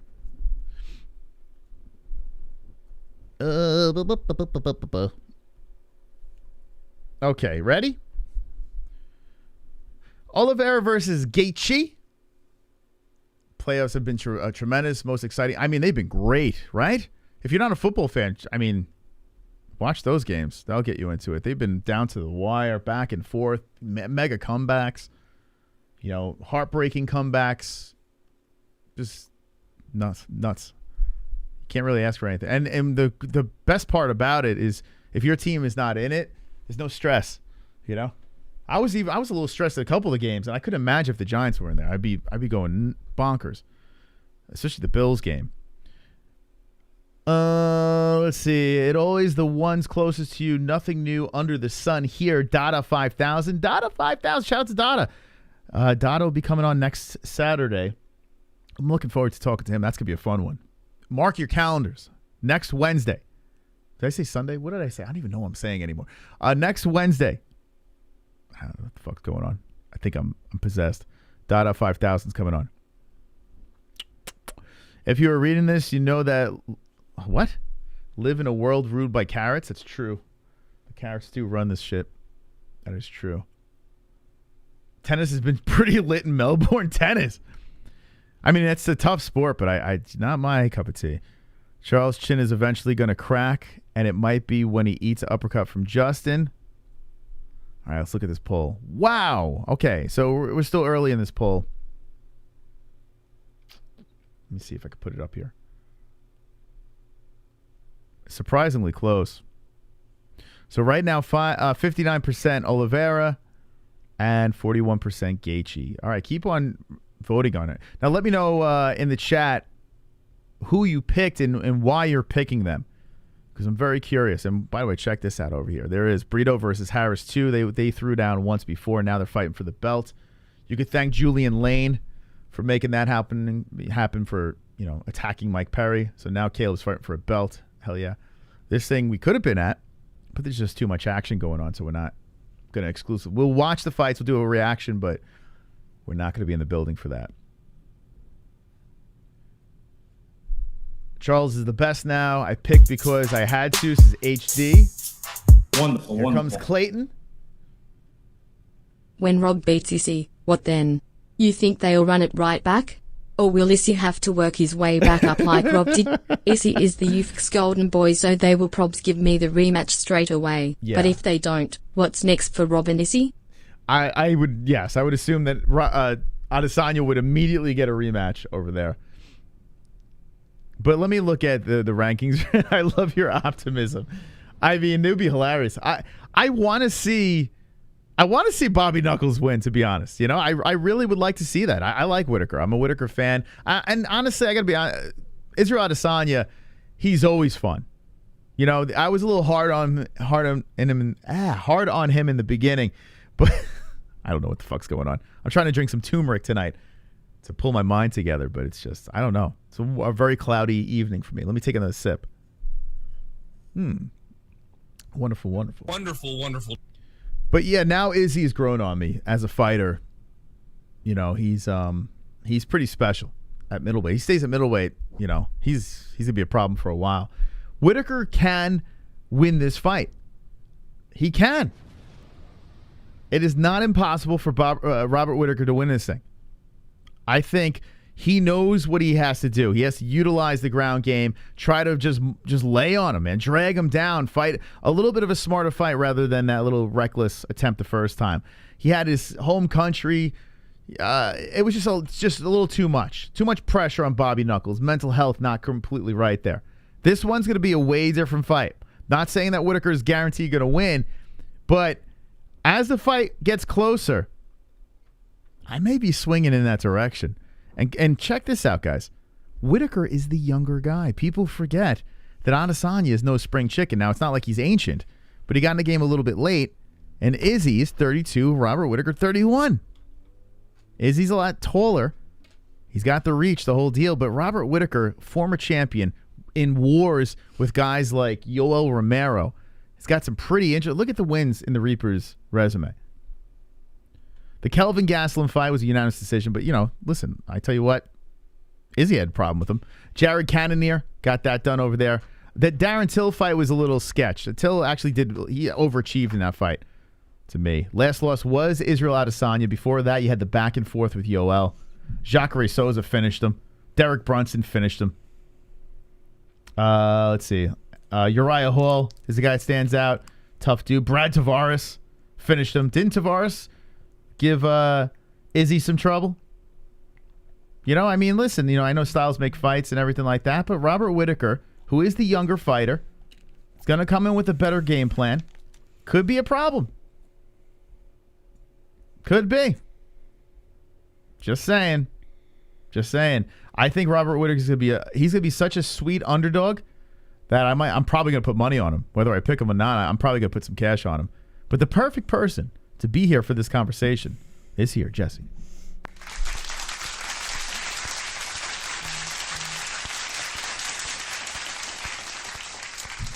Yes. I'm going to get into that poll in a second.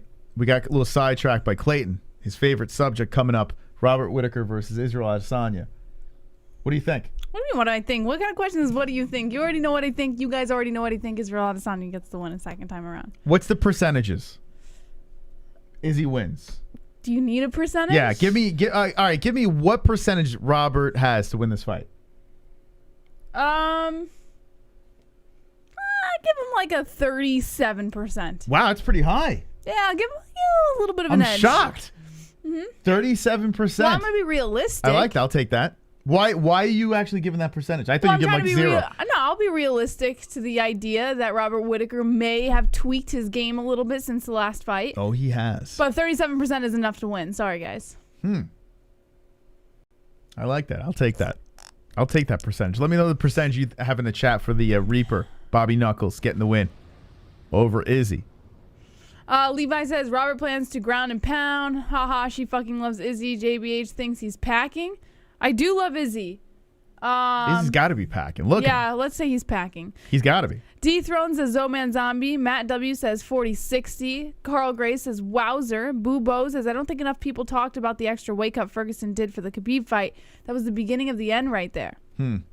Yeah, well, we're going to have a lot of chatting about Tony. We'll get to that next after we get through this Oliveira versus Gaethje fight. But we're talking about Robert Whittaker now. We'll see if he has after the first round. A little over 50% is completely unrealistic, Sanosi. Let's be real.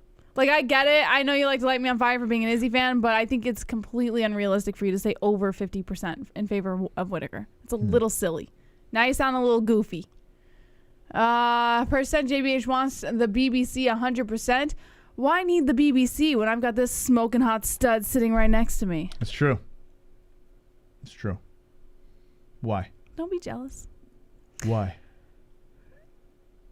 Let's see. Izzy is such a baddie, says the glove touch. Let's get real. You thought Izzy beat Jan. All right, but you have to remember, when I was arguing that Izzy beat Jan, you're talking to a completely biased fan. Of course I'm gonna yell Izzy beat Jan, even if I don't think he beat Jan. You know, I was just thinking about something. Realistically, yes, Whittaker might come back with some edge. That's why I give him 37%. DRW, I'm assuming it's Drew Beck.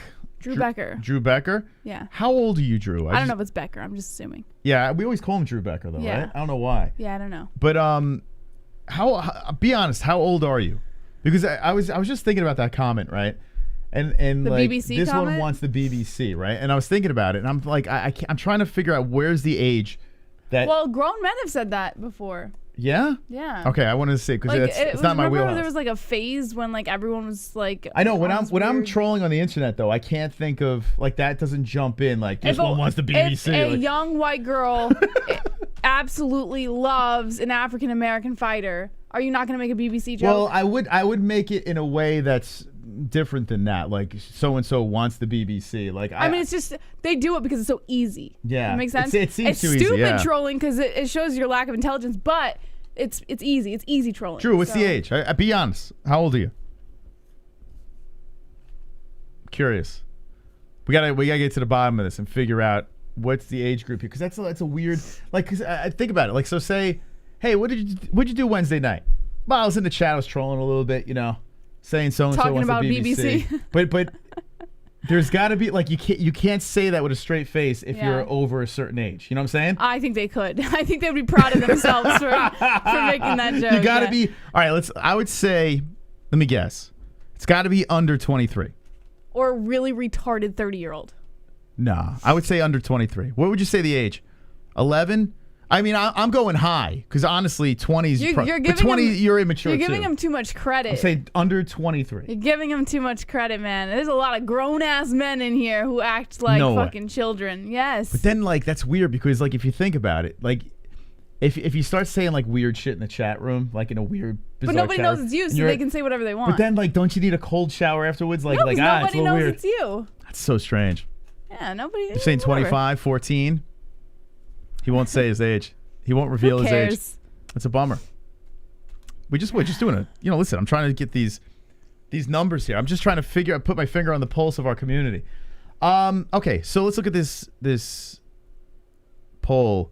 So 62%, 62% picking Charles Oliveira. I am not surprised. That I'm not surprised. I'm picking Charlie Oliveira's fucking right. There's no question. If the lines are close, there's no doubt about it. I'm putting money on Oliveira on that fight. I think now he's going to get the respect he deserves. He should have gotten the respect he deserved in the last fight. Let's be fair. He should have gotten the respect he deserved when he got that belt. Come on. I don't know why we're not respecting Oliveira right now. No clue. So But it's weird because you're a massive Gaethje. You always pick Gaethje. Love Gaethje. Always. So this is But I hold love on. Oliveira. 37% is more than enough to beat Tit Boy. He's looked like a completely different fighter after that loss. Izzy is his only loss at MW. Rob also has beat better fighters than Izzy has. Not 100% sure on that toe. Either way, Rob wins TKO round 3. Interesting.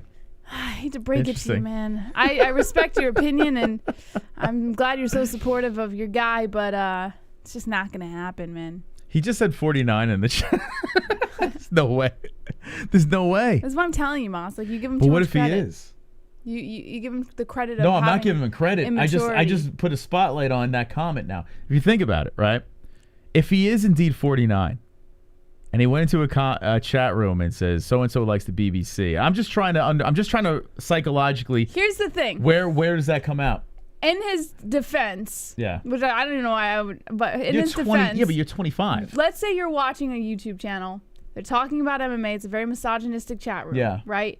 You see a young white girl talking about her favorite fighter who just happens to be African American, and she is all over him. Every time he fights, every time he's brought up, she is just like on his side. Let me Would be you not make a BBC joke? No, because Yes, you no, hold on. would. No, let me talk. You're asking me a question. You're answering the question for me.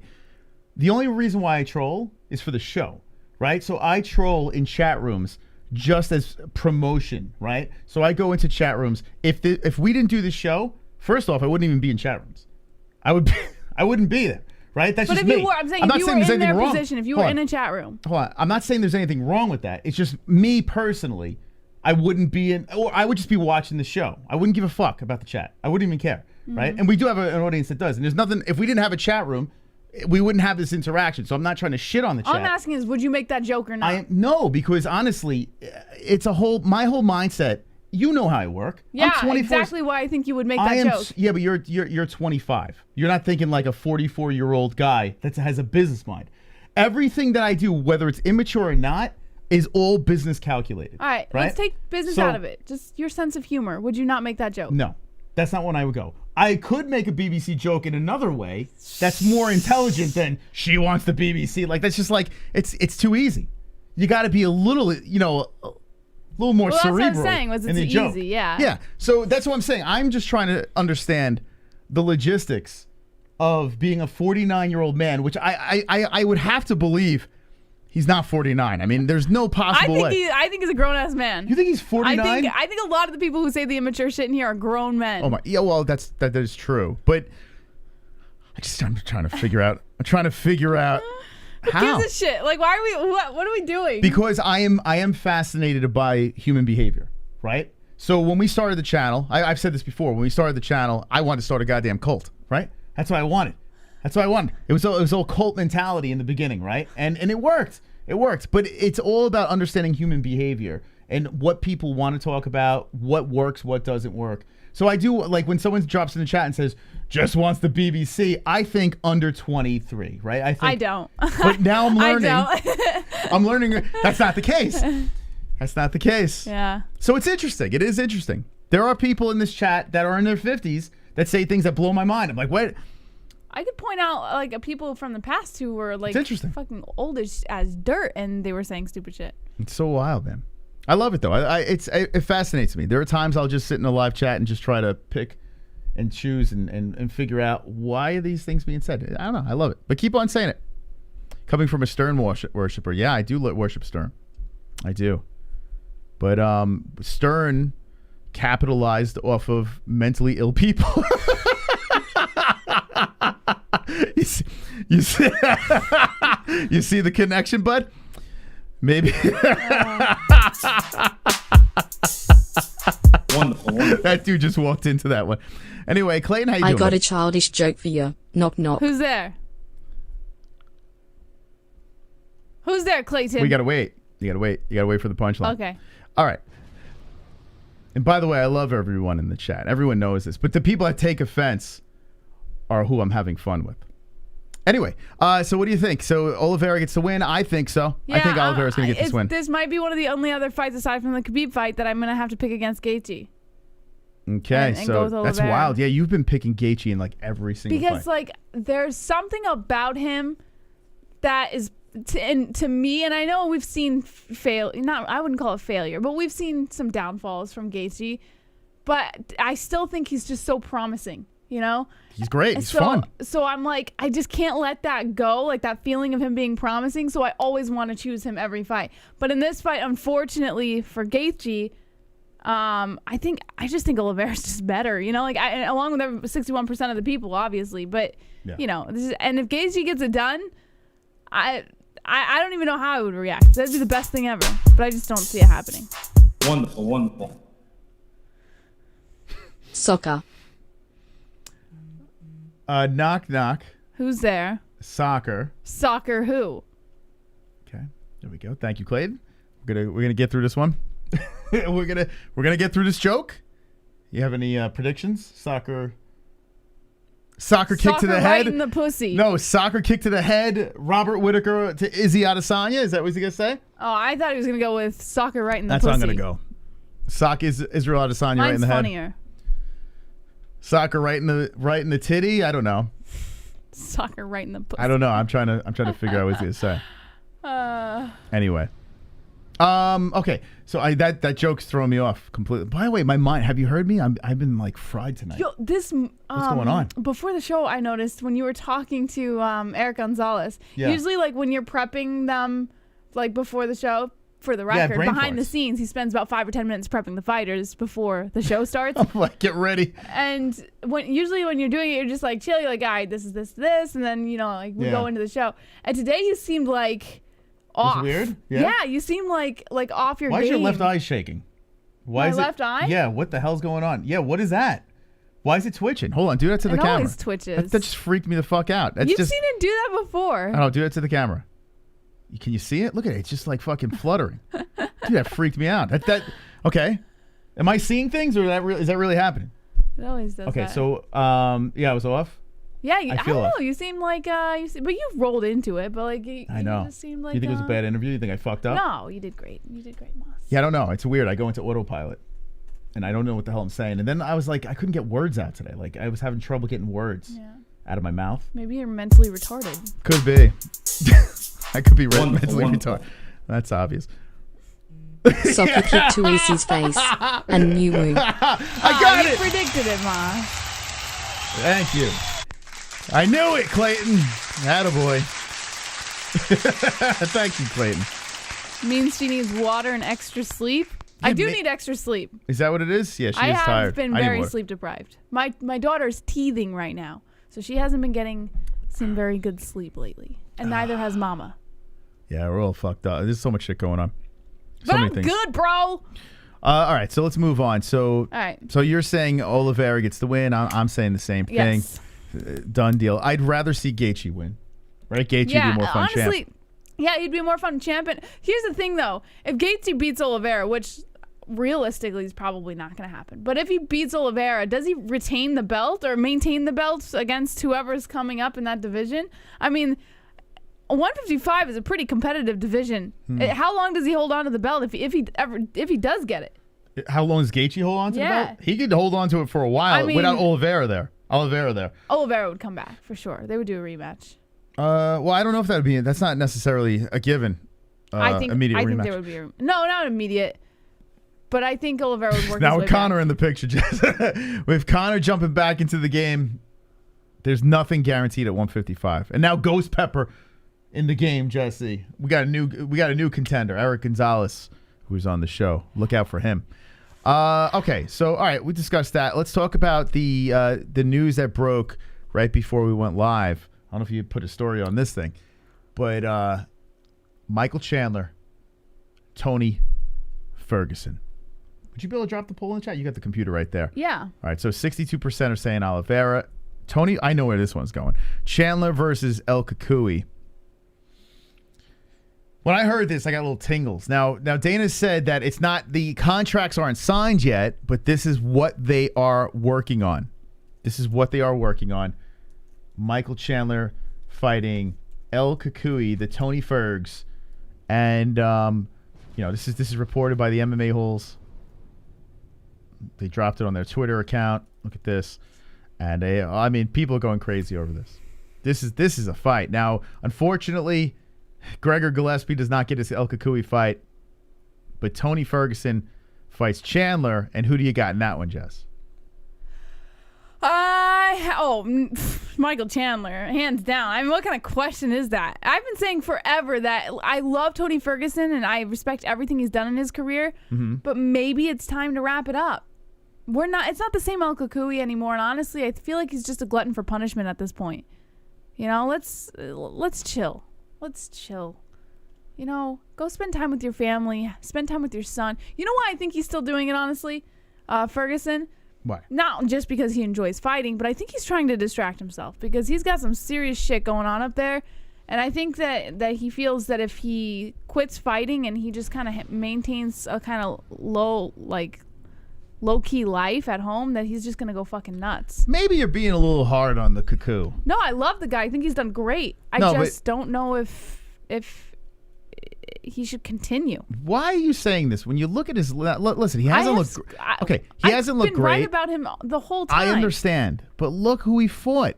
Yes. Beneil Dariush, who's a freaking animal. Yeah. Charlie Olives. Justin Gaethje. Mm-hmm. You're absolutely right. I mean, think about that. He didn't fight Cans. No. But right after that Cerrone fight, when they had announced that he was going to be fighting Gaethje, and then all that shit happened where...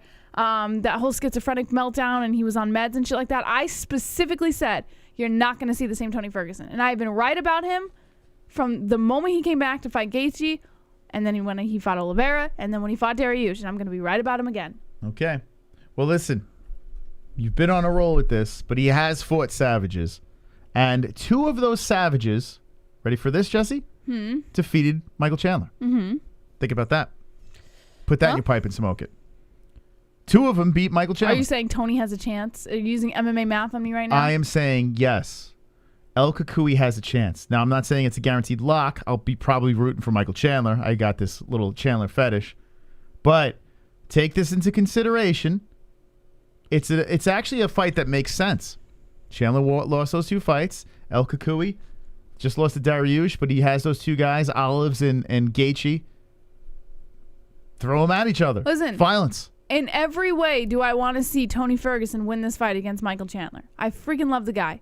And I think that he's done more than enough to gain the respect of any MMA fan in his career. But, like I said, he's not the same anymore. It's not El Kukui walking into that cage. It's just Tony Ferguson. So, I mean, if you love your fighter, if you have any respect for your fighter whatsoever, I mean, I don't know if encouraging him to go into the cage with Michael Chandler is really, in the cards. But. Michael Chandler, 35 years old. Tony Ferguson, 37 years old. So guys that are in their mid to late 30s over here going at it. Guys that have had pretty decently long careers, 25-6-0, 22-7-0. It kind of makes sense. When you look at the numbers and you look at who they faced, kind of makes sense over here. Michael Chandler has one win in the UFC to Dan Hooker. Dan Hooker going down to 145. Tough, I mean, listen, I don't want to shit on Dan Hooker, but I have to be realistic. I've done this before with him. Before he was losing in the whole deal, I thought he was incredibly overrated. And that is Michael Chandler's only win in the UFC. If you really think about it, if you want to be hard on Michael Chance. So Chandler versus Ferguson, this fight is perfect matchmaking. Don't sleep on Kukui. Don't sleep on Chandler. Let's just put some popcorn in front of our faces and enjoy the ride. Is Kukui done? This might be the telling fight. I thought the last fight was the telling fight, or the fight before that, or the fight before that. Wonderful. No respect for Dariush. If Chandler loses this fight, could he be on the verge of being cut? He would be 1-3. I think. Oh, God. You want to answer? Well, I was just gonna say I think Chandler's still in the UFC's eyes a cash cow. So I think regardless of the record right now, I think they're just gonna bank on him bouncing back no matter what. So if he loses, they're just gonna be like, all right, we'll give you another chance. Michael Chandler is going to continue fighting in the UFC even if he loses, and he'll know when it's time, and he's gonna I would say 90% Michael Chandler retires a UFC fighter. Because he's just too fun. He's already in. He's got his foot in there. Fans love him. He's always going to be. He's a game guy. He wants to fight. I think he's just going to fight until he's done, and then that's it. They'll part ways. So I don't think that he's going to get cut. I feel like that's no. I don't think that's going to happen. But this fight is a very important fight for both of these guys because Chandler only won 1 out of the 3, and it was to Dan Hooker. You don't actually believe Khabib was scared of Tony, Jason? Come on. I mean, he made him retire. And Khabib pulled out of so many fights. Comment. It was crazy. Khabib was running and he was running from Oliveira and Chandler as well. Khabib ran from 3 guys. Khabib's not running from. The only guy he didn't run from was Conor. Got to give him credit for that. But Chandler, Oliveira, and Tony Ferguson, Khabib won no part of. Oh, stop it. Yes, baby. Yes. Wonderful. What do we got here? Wonderful. We got Uncle Chrome coming in. Dana don't care he cut Romero after he fought for the belt. But all right, go ahead. Go ahead. You can answer. Well, I was just gonna say Romero's, as a fan favorite as he was, I don't think he was as much a cash cow that Michael Chandler is to the UFC. Listen, Yoel Romero was missing weight. Yoel Romero is 40 years old. Michael Chandler's 35 years old. People were yelling and screaming for how long while Chandler was in Bellator. It's like, when is he coming to the UFC? Like, and then they're just gonna cut him. Favorite. He sells fights. It would be insane. The UFC's not going to do that. Chandler's safe. Okay, so the poll says, okay, what do you think about this poll? Chandler, 59%. I'm shocked. I'm shocked that it's not more lopsided, to be honest. But whatever. I mean, people have faith in Tony Ferguson, and rightfully so. And I don't think that people should just stop loving the guy because he's been on a 3-fight losing skid.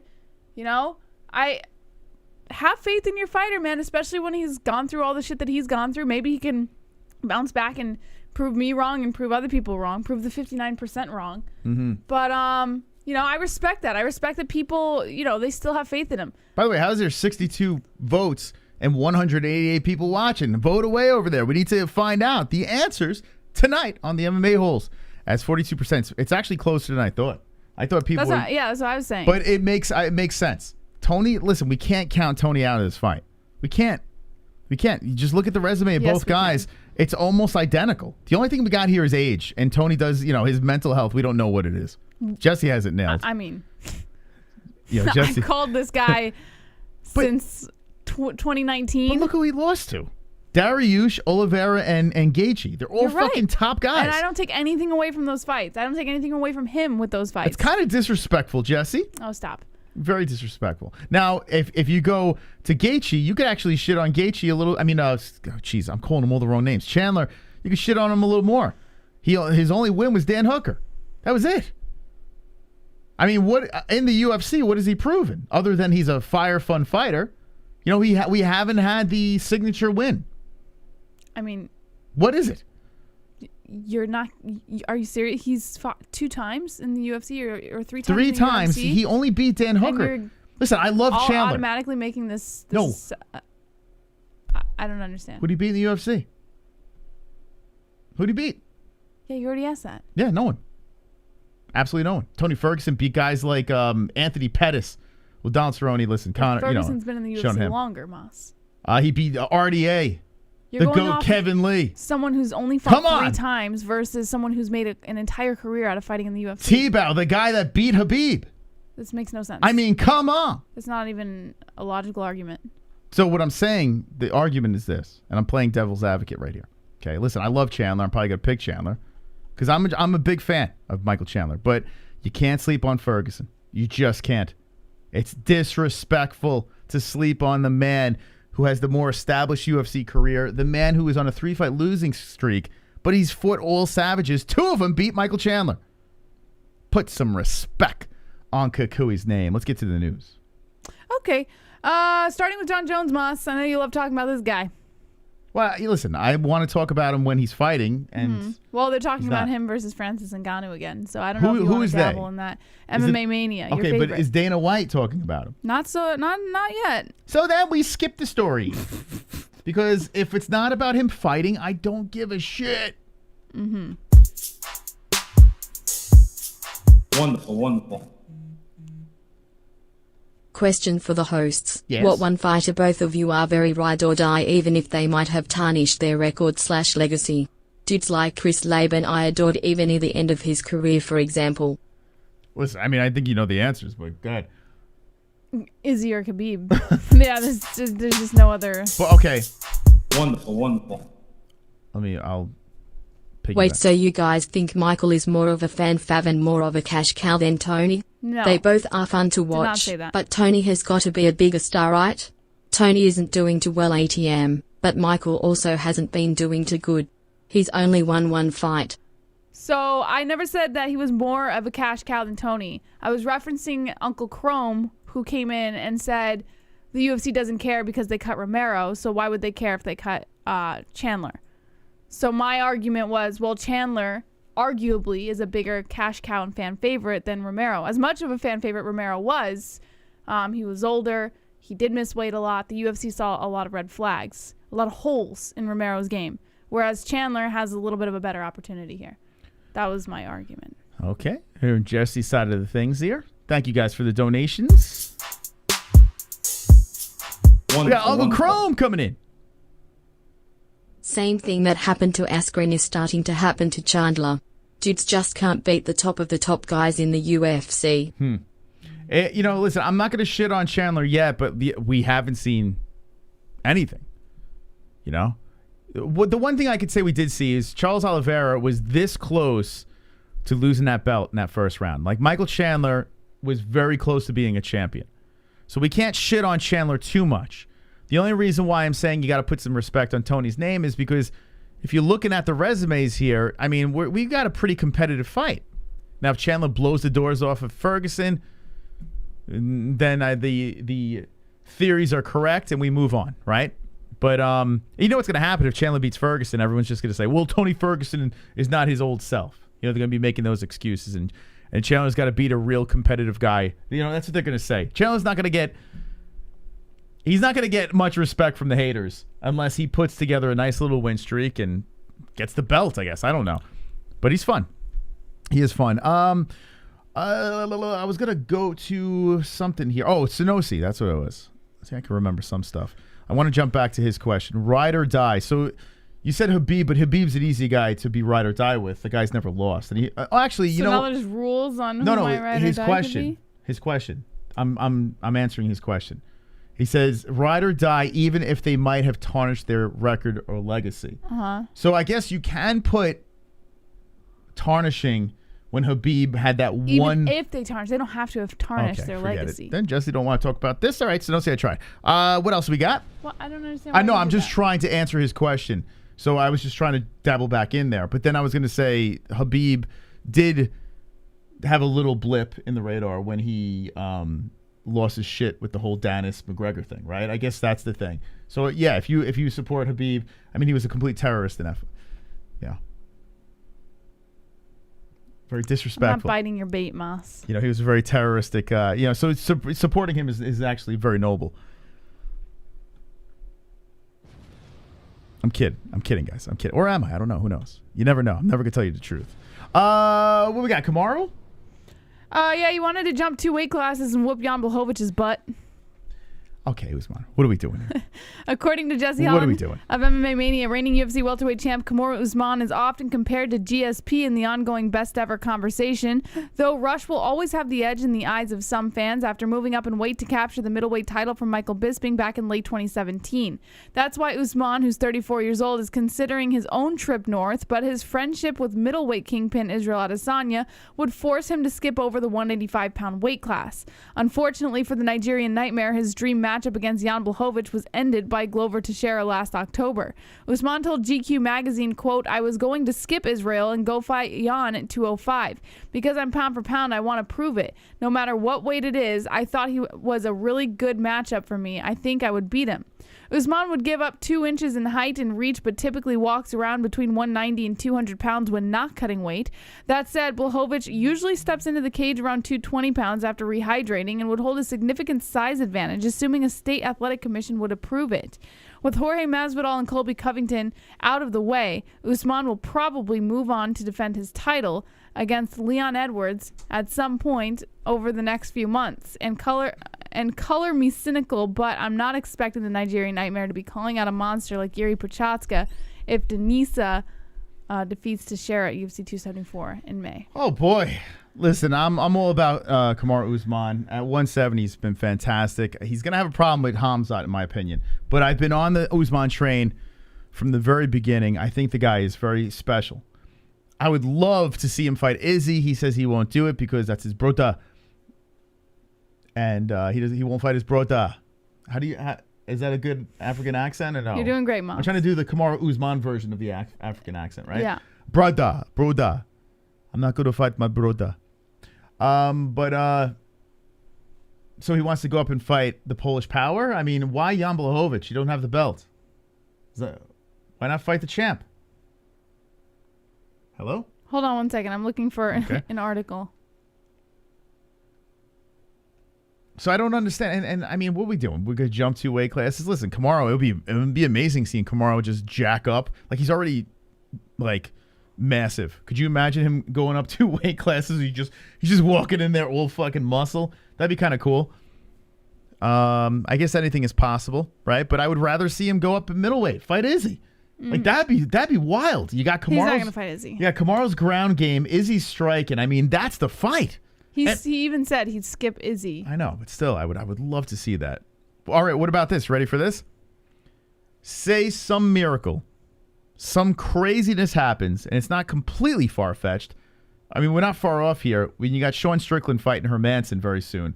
Sean Strickland's right in the mix. Somehow Sean Strickland gets the belt. They rematch Strickland versus Usman 2 at middleweight. Then we might be talking.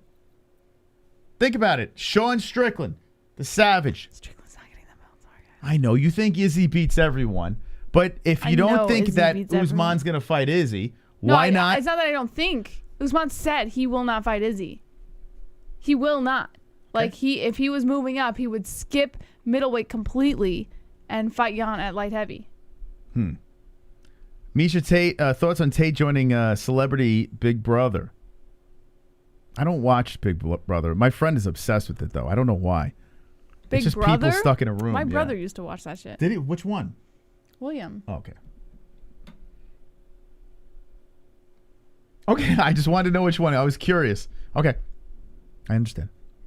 Big Brother's not. Big Brother. What about an African Big Brother, right? Big Brother. Did you guys see how the light bulb just went off in his head? Like, he was on a roll down one path, and then when something comes to his head, did you see the light bulb go off? Big It's Brother. like his eyes, like, just Is she blew up going with- on Big Brother or is she going Big Brother? Can we rewind clarify that it? and see how his brain functions? Big Brother. This is what I witness every day. I gotta perfect my African accent. Can you rewind that? I just want to show them exactly the No. look. Can we Come on, guys. talk about Kamaru Usman fighting Sean Strickland rematch No, we already 185? talked about that. It's ridiculous. Why is it ridiculous? It's just ridiculous, Moss. I don't even want to talk about it. It's so silly. All right, who beats Izzy? Jan. Jan Jan Blachowicz. beat Izzy. So no one at middleweight is No. even. Sean Strickland has no shot. No. Why not? Because Izzy is superior. You don't think Sean Strickland's got has a good shot? I mean, if Kelvin Gastelum, my God, Kevin. Shout out to Kevin Gastelum. If Kelvin Gastelum could push it to Izzy, and Sean Strickland, who's got cardio You're for talking days. about an iron chin versus Sean Strickland. Sean Strickland, what the hell? When was the last time he got knocked out? Does Sean Strickland have the same chin as Kelvin Gastelum, Moss? He's a better chin.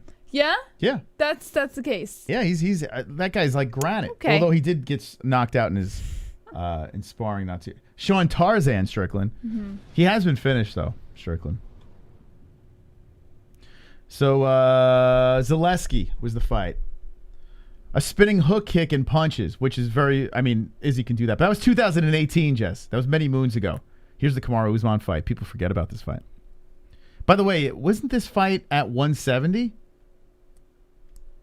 I can't remember. I can't believe this guy beat Strickland too. That's nuts. This guy turned out to be nothing really, right? Jesus. That was at 170 though, no? How heavy is this guy? Broda. It's getting better. I'm going to work on it. Yeah, it was 170. Yeah, so he has never been knocked out at middleweight. Sean Strickland runs through Israel Adesanya. He's going to play with that little pizza titty. He's gonna eat his pizza titty after he beats him. This is your new champ. Here he is. Oh, that's El Kukui. There he is. Coincidence? Old Scalecock. Scalecock is going to get the dub. And then Kamaru, here's my mystical prediction. Although I do think that Khamzat is going to fight before Izzy loses. Oh, what about this, Jesse? What if Robert Whittaker actually beats Adesanya? You already said that. No, what if he beats him and then Kamaru fights Bobby gonna Knuckles? Why do you just dismiss it? Why not because just let it... Because he's lost to him before. It's easy to dismiss. Okay, but what if Robert Whittaker... I'm doing a what-if scenario. Uh-huh. If Robert Whittaker beats Izzy, I thought immediate rematch. But the UFC could do something of a Kamaru Usman versus Bobby Knuckles, who used to fight at welterweight. Now, that is interesting. If Bobby Knuckles, in some bizarro world, got the belt back from Izzy, then yes, Kamaru Usman would have no reason to skip middleweight to fight for the belt. However, the fact that he would skip middleweight in the first place because Izzy's his friend, I don't know if he would take that opportunity away from Izzy. I have a feeling that Usman is rooting against Israel Adesanya. I think they're friends, but I think he's rooting against him because if one of those guys gets the belt, Usman could slip right in and snatch that thing, but become a double champ. I don't see Usman taking that opportunity from Izzy. This is what I see. I see Usman, he's going to probably fight Leon Edwards, right? He's going to beat Leon again. Guaranteed lock. He's going to do whatever he can to avoid Khamzat Chimaev. So if the route is to go up to 185, he's going to hope that Izzy's not there so he can fight one of those guys. He's going to run from the wolf, okay? He's going to run from the wolf. If you sit in a pocket and you wait for the wolf to arrive, the wolf will take his belt, and then what is Kamaru going to do? If he goes up, you're going to give him a title shot? He just got eaten by a wolf. This is silly. Such a silly conversation. Think about this. Come on. Listen to the master over here, the mystical one. I'm coming up with all the angles here and all the ways, the routes. For Kamaru Usman to go up, he needs Sean Strickland to win to beat his ass again, right? He needs Robert Whittaker to win to have so he doesn't fight his friend. He don't want part of the wolf. You think he sits there and waits for the wolf? What do you think? No. Okay. No. Wonderful. I got it all figured out, guys. Got a promotion, I am corporate now. Nice. That being said, I told you guys if I got a promotion or won the lotto I'd make a $3 donation, but there isn't one. P.S. Moss, who cares who Tony fought when they were non-competitive? In fact, he was dominated. Thank you, Maddie C. And congrats on the promotion. Appreciate that. Wonderful, wonderful. Clayton. Bahahaha. Usman is off his fucking rocker. Jen will sit on you, you steroid abusing nugget. Usman would beat Tit Boy, but he did say he refuses to go up and fight him.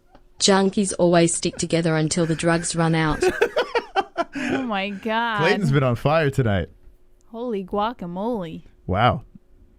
Shout out to Clayton. I wonder what Clayton thinks about Robert Whittaker beating Izzy and then Usman fighting Whittaker. Who wins that fight? He's probably going to say Whittaker, right? I tell you what, Whittaker versus Usman is the more I think about it, I really want to see that. Like, that's a fight. Well, Usman can strike too. It's creamy. So. That's the creamiest of fights. I like it. I think Usman's going to try to avoid the wolf. Going up to Blachowicz, though, come on, man. I'm not. Listen, anything's he possible. Didn't say he was going to. He just said he had his sights set there. Even though Blachowicz not even a champ, like, or would you go after Glover? Glover would just make him his daddy. I mean, Glover would be his daddy, not make him. He wouldn't make Usman his daddy. Glover would be Usman's daddy, right? All right, you want to move on to the next one, Moss? Sure, certainly. Former UFC champ joins Eagle FC, and they announced a team for January 28th card in Miami. Why is Henry Cejudo? Huh? Why is Henry Cejudo there? Ex-bantamweight title holder Henry Cejudo will serve as a color commentator. Oh, God. Alongside retired UFC featherweight Felicia Spencer. And Chael Sonnen. So it's going to be Cejudo, Spencer, and Sonnen? What a group. Yep, former UFC middleweight Chael Sonnen will be the featured analyst alongside roving reporter Jennifer Sturger. Wait, so who is the play-by-play guy? Or gal? So I would assume that would be... It's like three color commentators. No, it would be Cejudo's the color commentator, Felicia Spencer. Oh God, would could you probably be imagine? the play-by-play. Yeah, I was gonna say. Well, I mean, they're all ex-fighters. Imagine Sonnen at play-by-play. Okay, look at what we got over here. Oh, I left by Jorge De Castro. Well, Sonen's going to be the analyst alongside Who's gonna be Jennifer the play-by-play guy? Sturger. So I would assume Felicia Spencer's play-by-play. And then Cejudo's color commentator. Why you wouldn't give play-by-play to Cejudo? Well, I mean, they could. It's not impossible. I don't know. There's got to be That's just another. the team. There's got to be another one thrown in the mix there. That's a play-by because none of them have like or Jennifer play-by-play. Sturger, Should be Chael me. Sonnen, Henry Cejudo, Felicia Spencer. They should call up the MMA Oh, here we Holes. go. Dana White's Contender Series regular Cyrus Fees will handle play-by-play duties, What? with Ray Flores taking over as Cyrus the cage who? announcer. Cyrus Fees. Cyrus Fees. Yeah, we'll do play-by-play duties with Ray Flores taking over as cage announcer. Okay. Who's Cyrus Fees? I don't even know who that is. All right. Cyrus Fees. We'll be reacting on Friday to it. So Eagle FC is kind of cool. It's on their streaming app. Was it called? Something. FLX Cast. Flexcast? Is it Flex? FLX Cast. Oh, FLX. FLX Cast. Oh, that's the arena. What's the app called? I know I just downloaded it. Alrighty. Let's see. Right. Yeah, they don't have the platform that they're streaming on. It's on. Oh, I didn't download it. Just Google it real quick. Oh, it's Flexcast. No, that's the FLX. arena. FLX Cast Arena. No, in I think Miami. that's the app, too. Flex. Hold on. Just look it up. I'm not stopping you. You just told me. Look it up. Look it up now. What's the app called, guys? Help me out. She doesn't want to look it up. Around. I'll look it up. Eagle FC. I gotta do all the work around here, like a slave. I tell you. Eagle Fighting Championship. Let's see. Eagle FC. How do you see this thing? Doesn't really pop up. What's their website? What? EagleFC.com. Is that it? You saw it? Scroll down. Right there. This? Sure, dog. Eagle-FC.com. Oh, here we go. Eagle FC. Adidas. Nope, that's soccer. That's football or soccer. EagleFC.org. No. Wow, they got the same name as a European. Oh, here we go. This is it, right? Is this it? It's in Russian. I don't know. Is this their website? It's in Russian, Moss. The fuck? Alrighty, let's see. Can anyone read this? Can't read that language. Well, this website is hot mess. Can't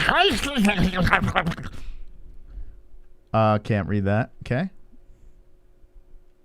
All right, all right, maybe Tapology will help us out. Okay, let's go here. Big brother.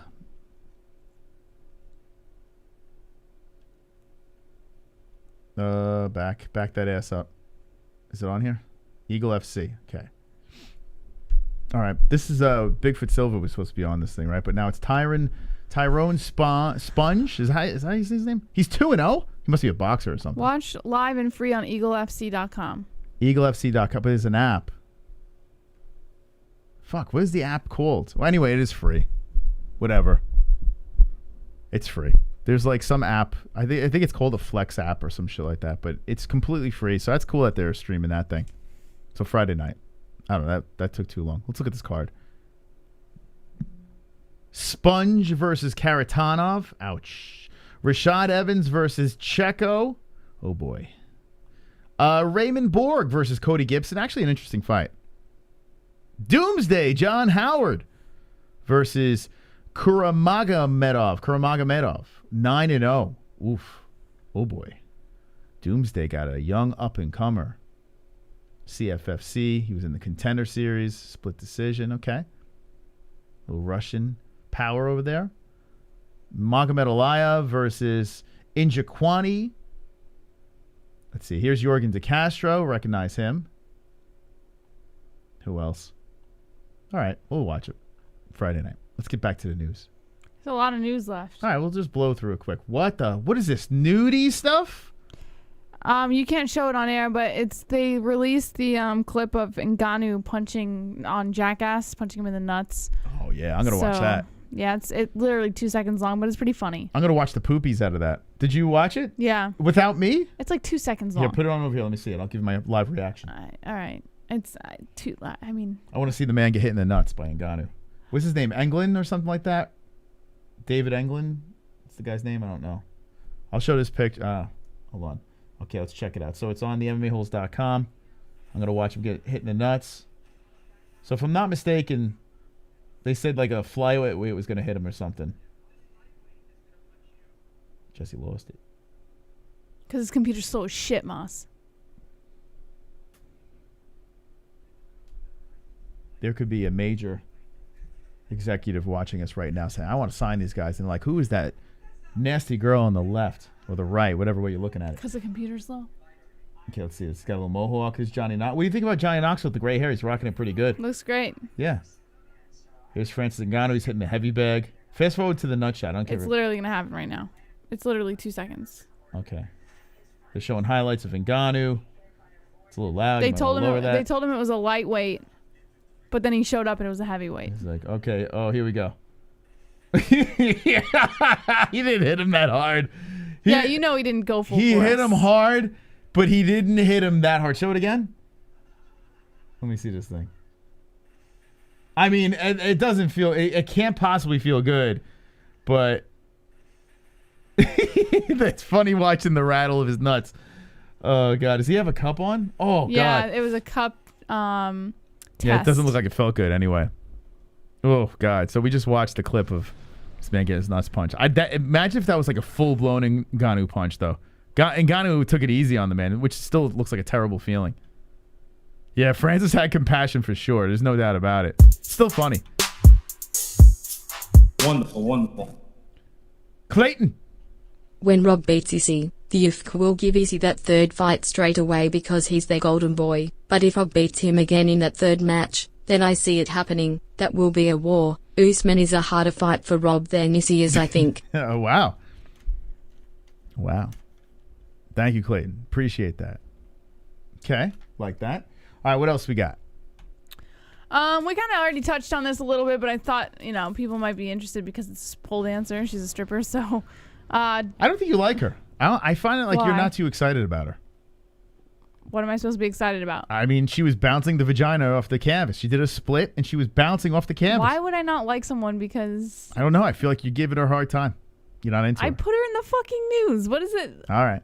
Yeah, but you're like, I don't know why people are paying attention to her. She's just a dumb stripper. I never said that. Maybe you're making your own personal assumptions. Did she say that once in the chat if she said that?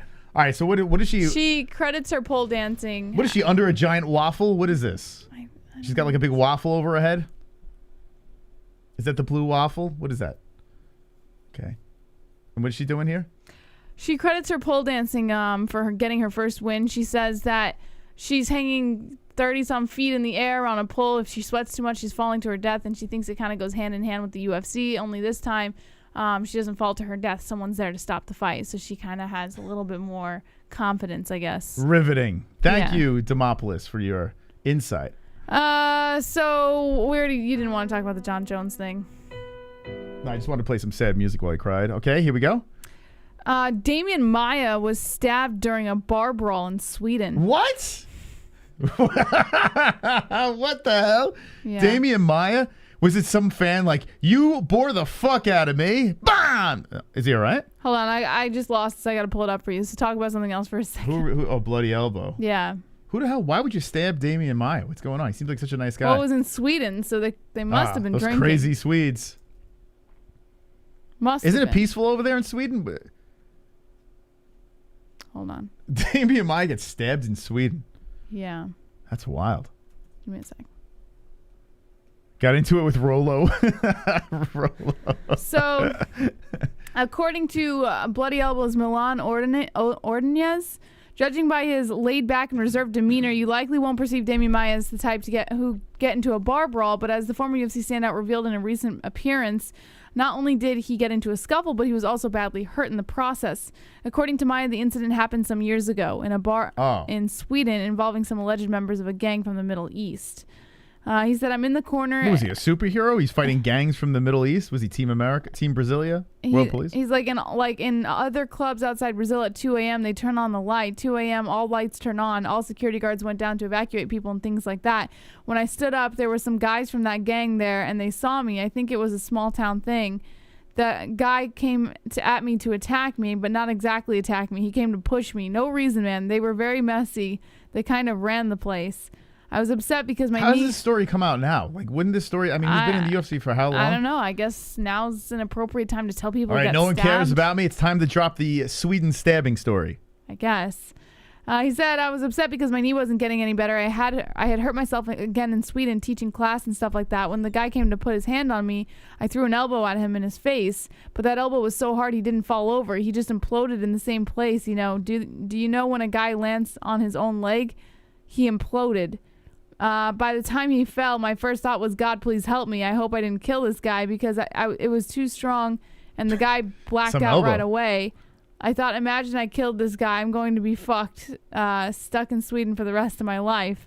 Fuck, no, I would never know what that feels like. No one would want to know. He came to assault me. In the end, I would have killed the guy.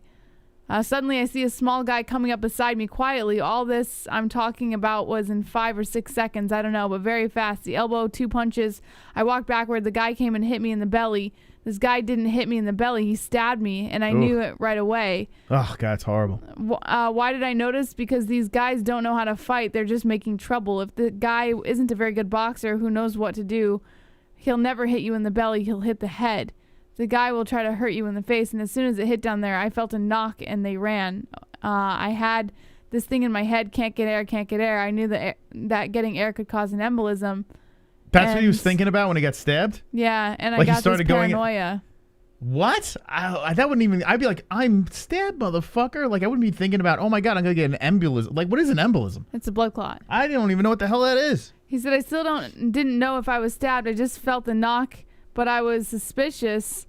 When the guys ran away, I did it here. I looked over quickly, and my shirt was soaked with blood. Stabbing is like the biggest pussy move. Like, if you want to be known as the puss, stab somebody. Like, that is such a pussy move, you know? Maia was rushed to the hospital right after. Fortunately for him, the situation didn't end as badly as it easily could have. The 44-year-old Maia obviously last fought UFC 263, but... Stabbing's for pussies. Yeah. Damien Maia got stabbed by a pussy. That sucks. Well, I guess if you're going to fight a mixed martial artist. Yeah, stab him. Bringing a gun to a knife fight. So stupid, man. Like, so dumb. Yeah. What are you doing? Like, what are you going to stab somebody? It's like, come on, bro. Hit him over the head with a stool or something. Do it like the old days, you know? Say, break this bar stool over his head or some shit like that. We already discussed this a little bit. This is Gaethje critical of his fight against Chandler. Yeah, he was disappointed. Wanting to fight Oliveira. All that stuff. We didn't talk about this. Yes, we did talk about Gaethje Oliveira. No, but him. Did you see? He's just being self-critical. I mean, I can get into it, but there's like a million quotes. So it's nuts, though. Yeah, Gaethje was actually disappointed. He said the fight was boring. He went into this fight wanting to win the fight rather than finish the fight. He said, "I'm paraphrasing." The guy's a loony. Yeah, I was bored out of my mind. I was like, "Oh, when is this gonna end? It's so terrible." Next. Yuri Prochazka is aiming to take his wrestling to the next level. Bringing a gun to a knife fight. Yeah, I know. You just did a Shabism tonight. Why? I don't know. That's like something that you know how people say don't bring a knife to a gunfight? Yeah. But I reversed it because Maia didn't have any weapons, so it's like bringing a gun to an... never mind. That's all right. It's very... Brendan, I'm proud of you. You pulled out the Brendan Schaub tonight. Mm-hmm. I love it. Give me some Yuri. Prochazka aims to take his wrestling to the next level by working with Henry Cejudo and John Jones for UFC 274. Why does everyone want to fuck John Jones? It's so weird, right? He said, in February, I'm thinking about working towards preparation in America, especially with Henry Cejudo and John Jones there. I want to go there and turn my wrestling, especially the wrestling, to the next level. I'm really looking forward to that. And then he said, I fought King Mo 2 times. The second time when I defeated him in the Risen title fight, I was another guy than the first time he won. From that Risen title fights, now I'm 5 levels up. He can talk with Teixeira and give him special tips from me, but I think I'm another person, like in character. I changed myself completely from that time. It doesn't matter. If King Mo will help him to be a better fighter, I'll be glad for that because I want to fight the best version of Glover style. You know, this fight's going to bum me out. I like both of them. I like Glover a lot, and I really like Yuri Prochazka. Prohaska. I don't hate Blachowicz, but I couldn't care less if he was a champ. Whereas this situation, I like them both. Like I want both to be champions. I wish like Teixeira could defend the belt against someone else and then retire, and then Yuri could bounce in there and take the strap. But this fight's gonna bother me. Mm-hmm. It's giving me it's giving me those weird feelings. I don't like that. I don't like those feelings, Jesse. But it must happen. Who wins, Glover or Yuri? I'm gonna go. I don't know, Yuri. Wonderful. Yuri. Clayton. What does Ronda Rousey, Ohio State and the Green Bay Packers have in common? They all lost on the final kick. Thank you. Speaking of Ronda Rousey, she's like popped up. She's all over the place again. She's running around with ESPN, and there are predictions that she's going to make another appearance in WWE, I think. Well, I wouldn't be surprised, but I think it's WWE. I don't know any of the. There's AEW, WWE, WTF. I don't know. There's just like there's so many freaking bullshit wrestling. People are betting on it and going crazy over that shit. But apparently she's coming back. Looks like that. Would you like to see Ronda come back in the UFC? I don't give a shit about Ronda Rousey. Honestly, I'm gonna be honest with you. If Ronda was making a comeback in the UFC, I'd be all over it. I would. I don't know why. I'd be all over it. It would be cool. Because she ended with those 2 shitty losses and acted like such a puss bag. I would like to see Ronda come in, and even if she lost, end it with some class. And then just ride off into the sunset. Come back, take those big mom titties now that she's got going on there, and just, you wouldn't want to see one more ride with Ronda? I don't know. I would get nostalgic. And she's walking in with that mean mug, that stupid face, and Edmonds in the background just fucking yelling.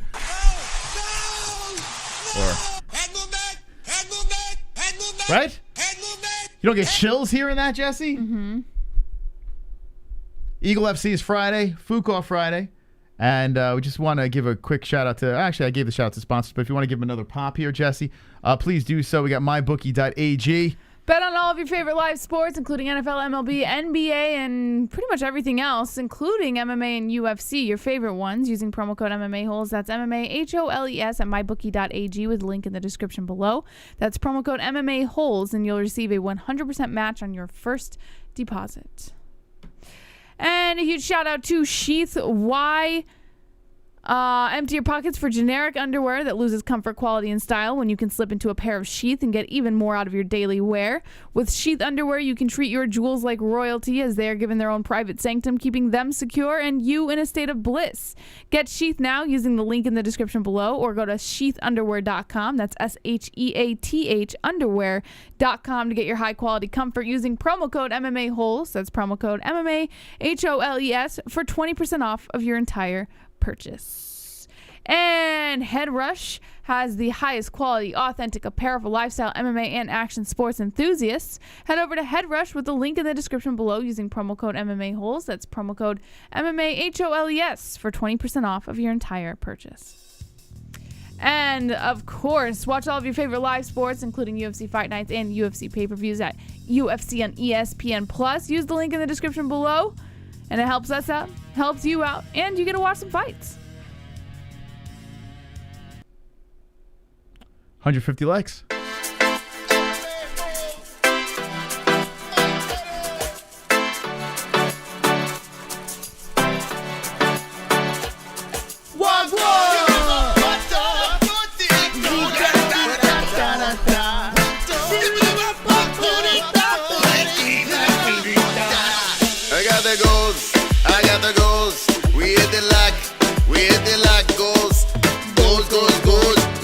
Goals, we got the like it goes. Slap the like button, it's time to likes. I slap the like button, we hit the goals, we hit the goals, we hit the like goals.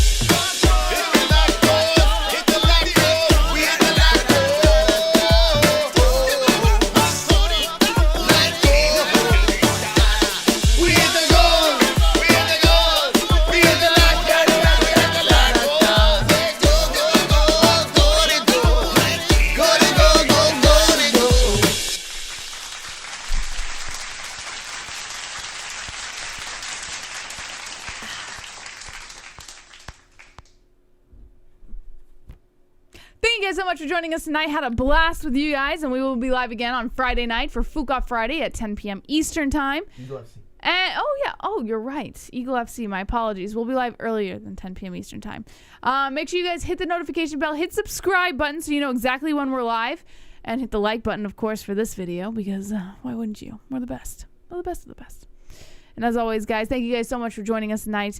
Don't be an a-hole. Be an MMA hole.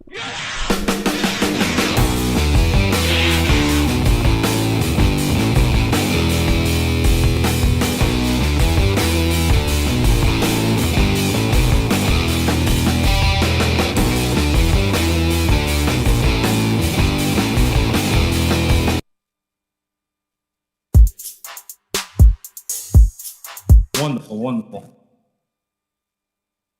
If you had to pick between these two, who is higher on your pound-for-pound list, Anderson Silva or Khabib?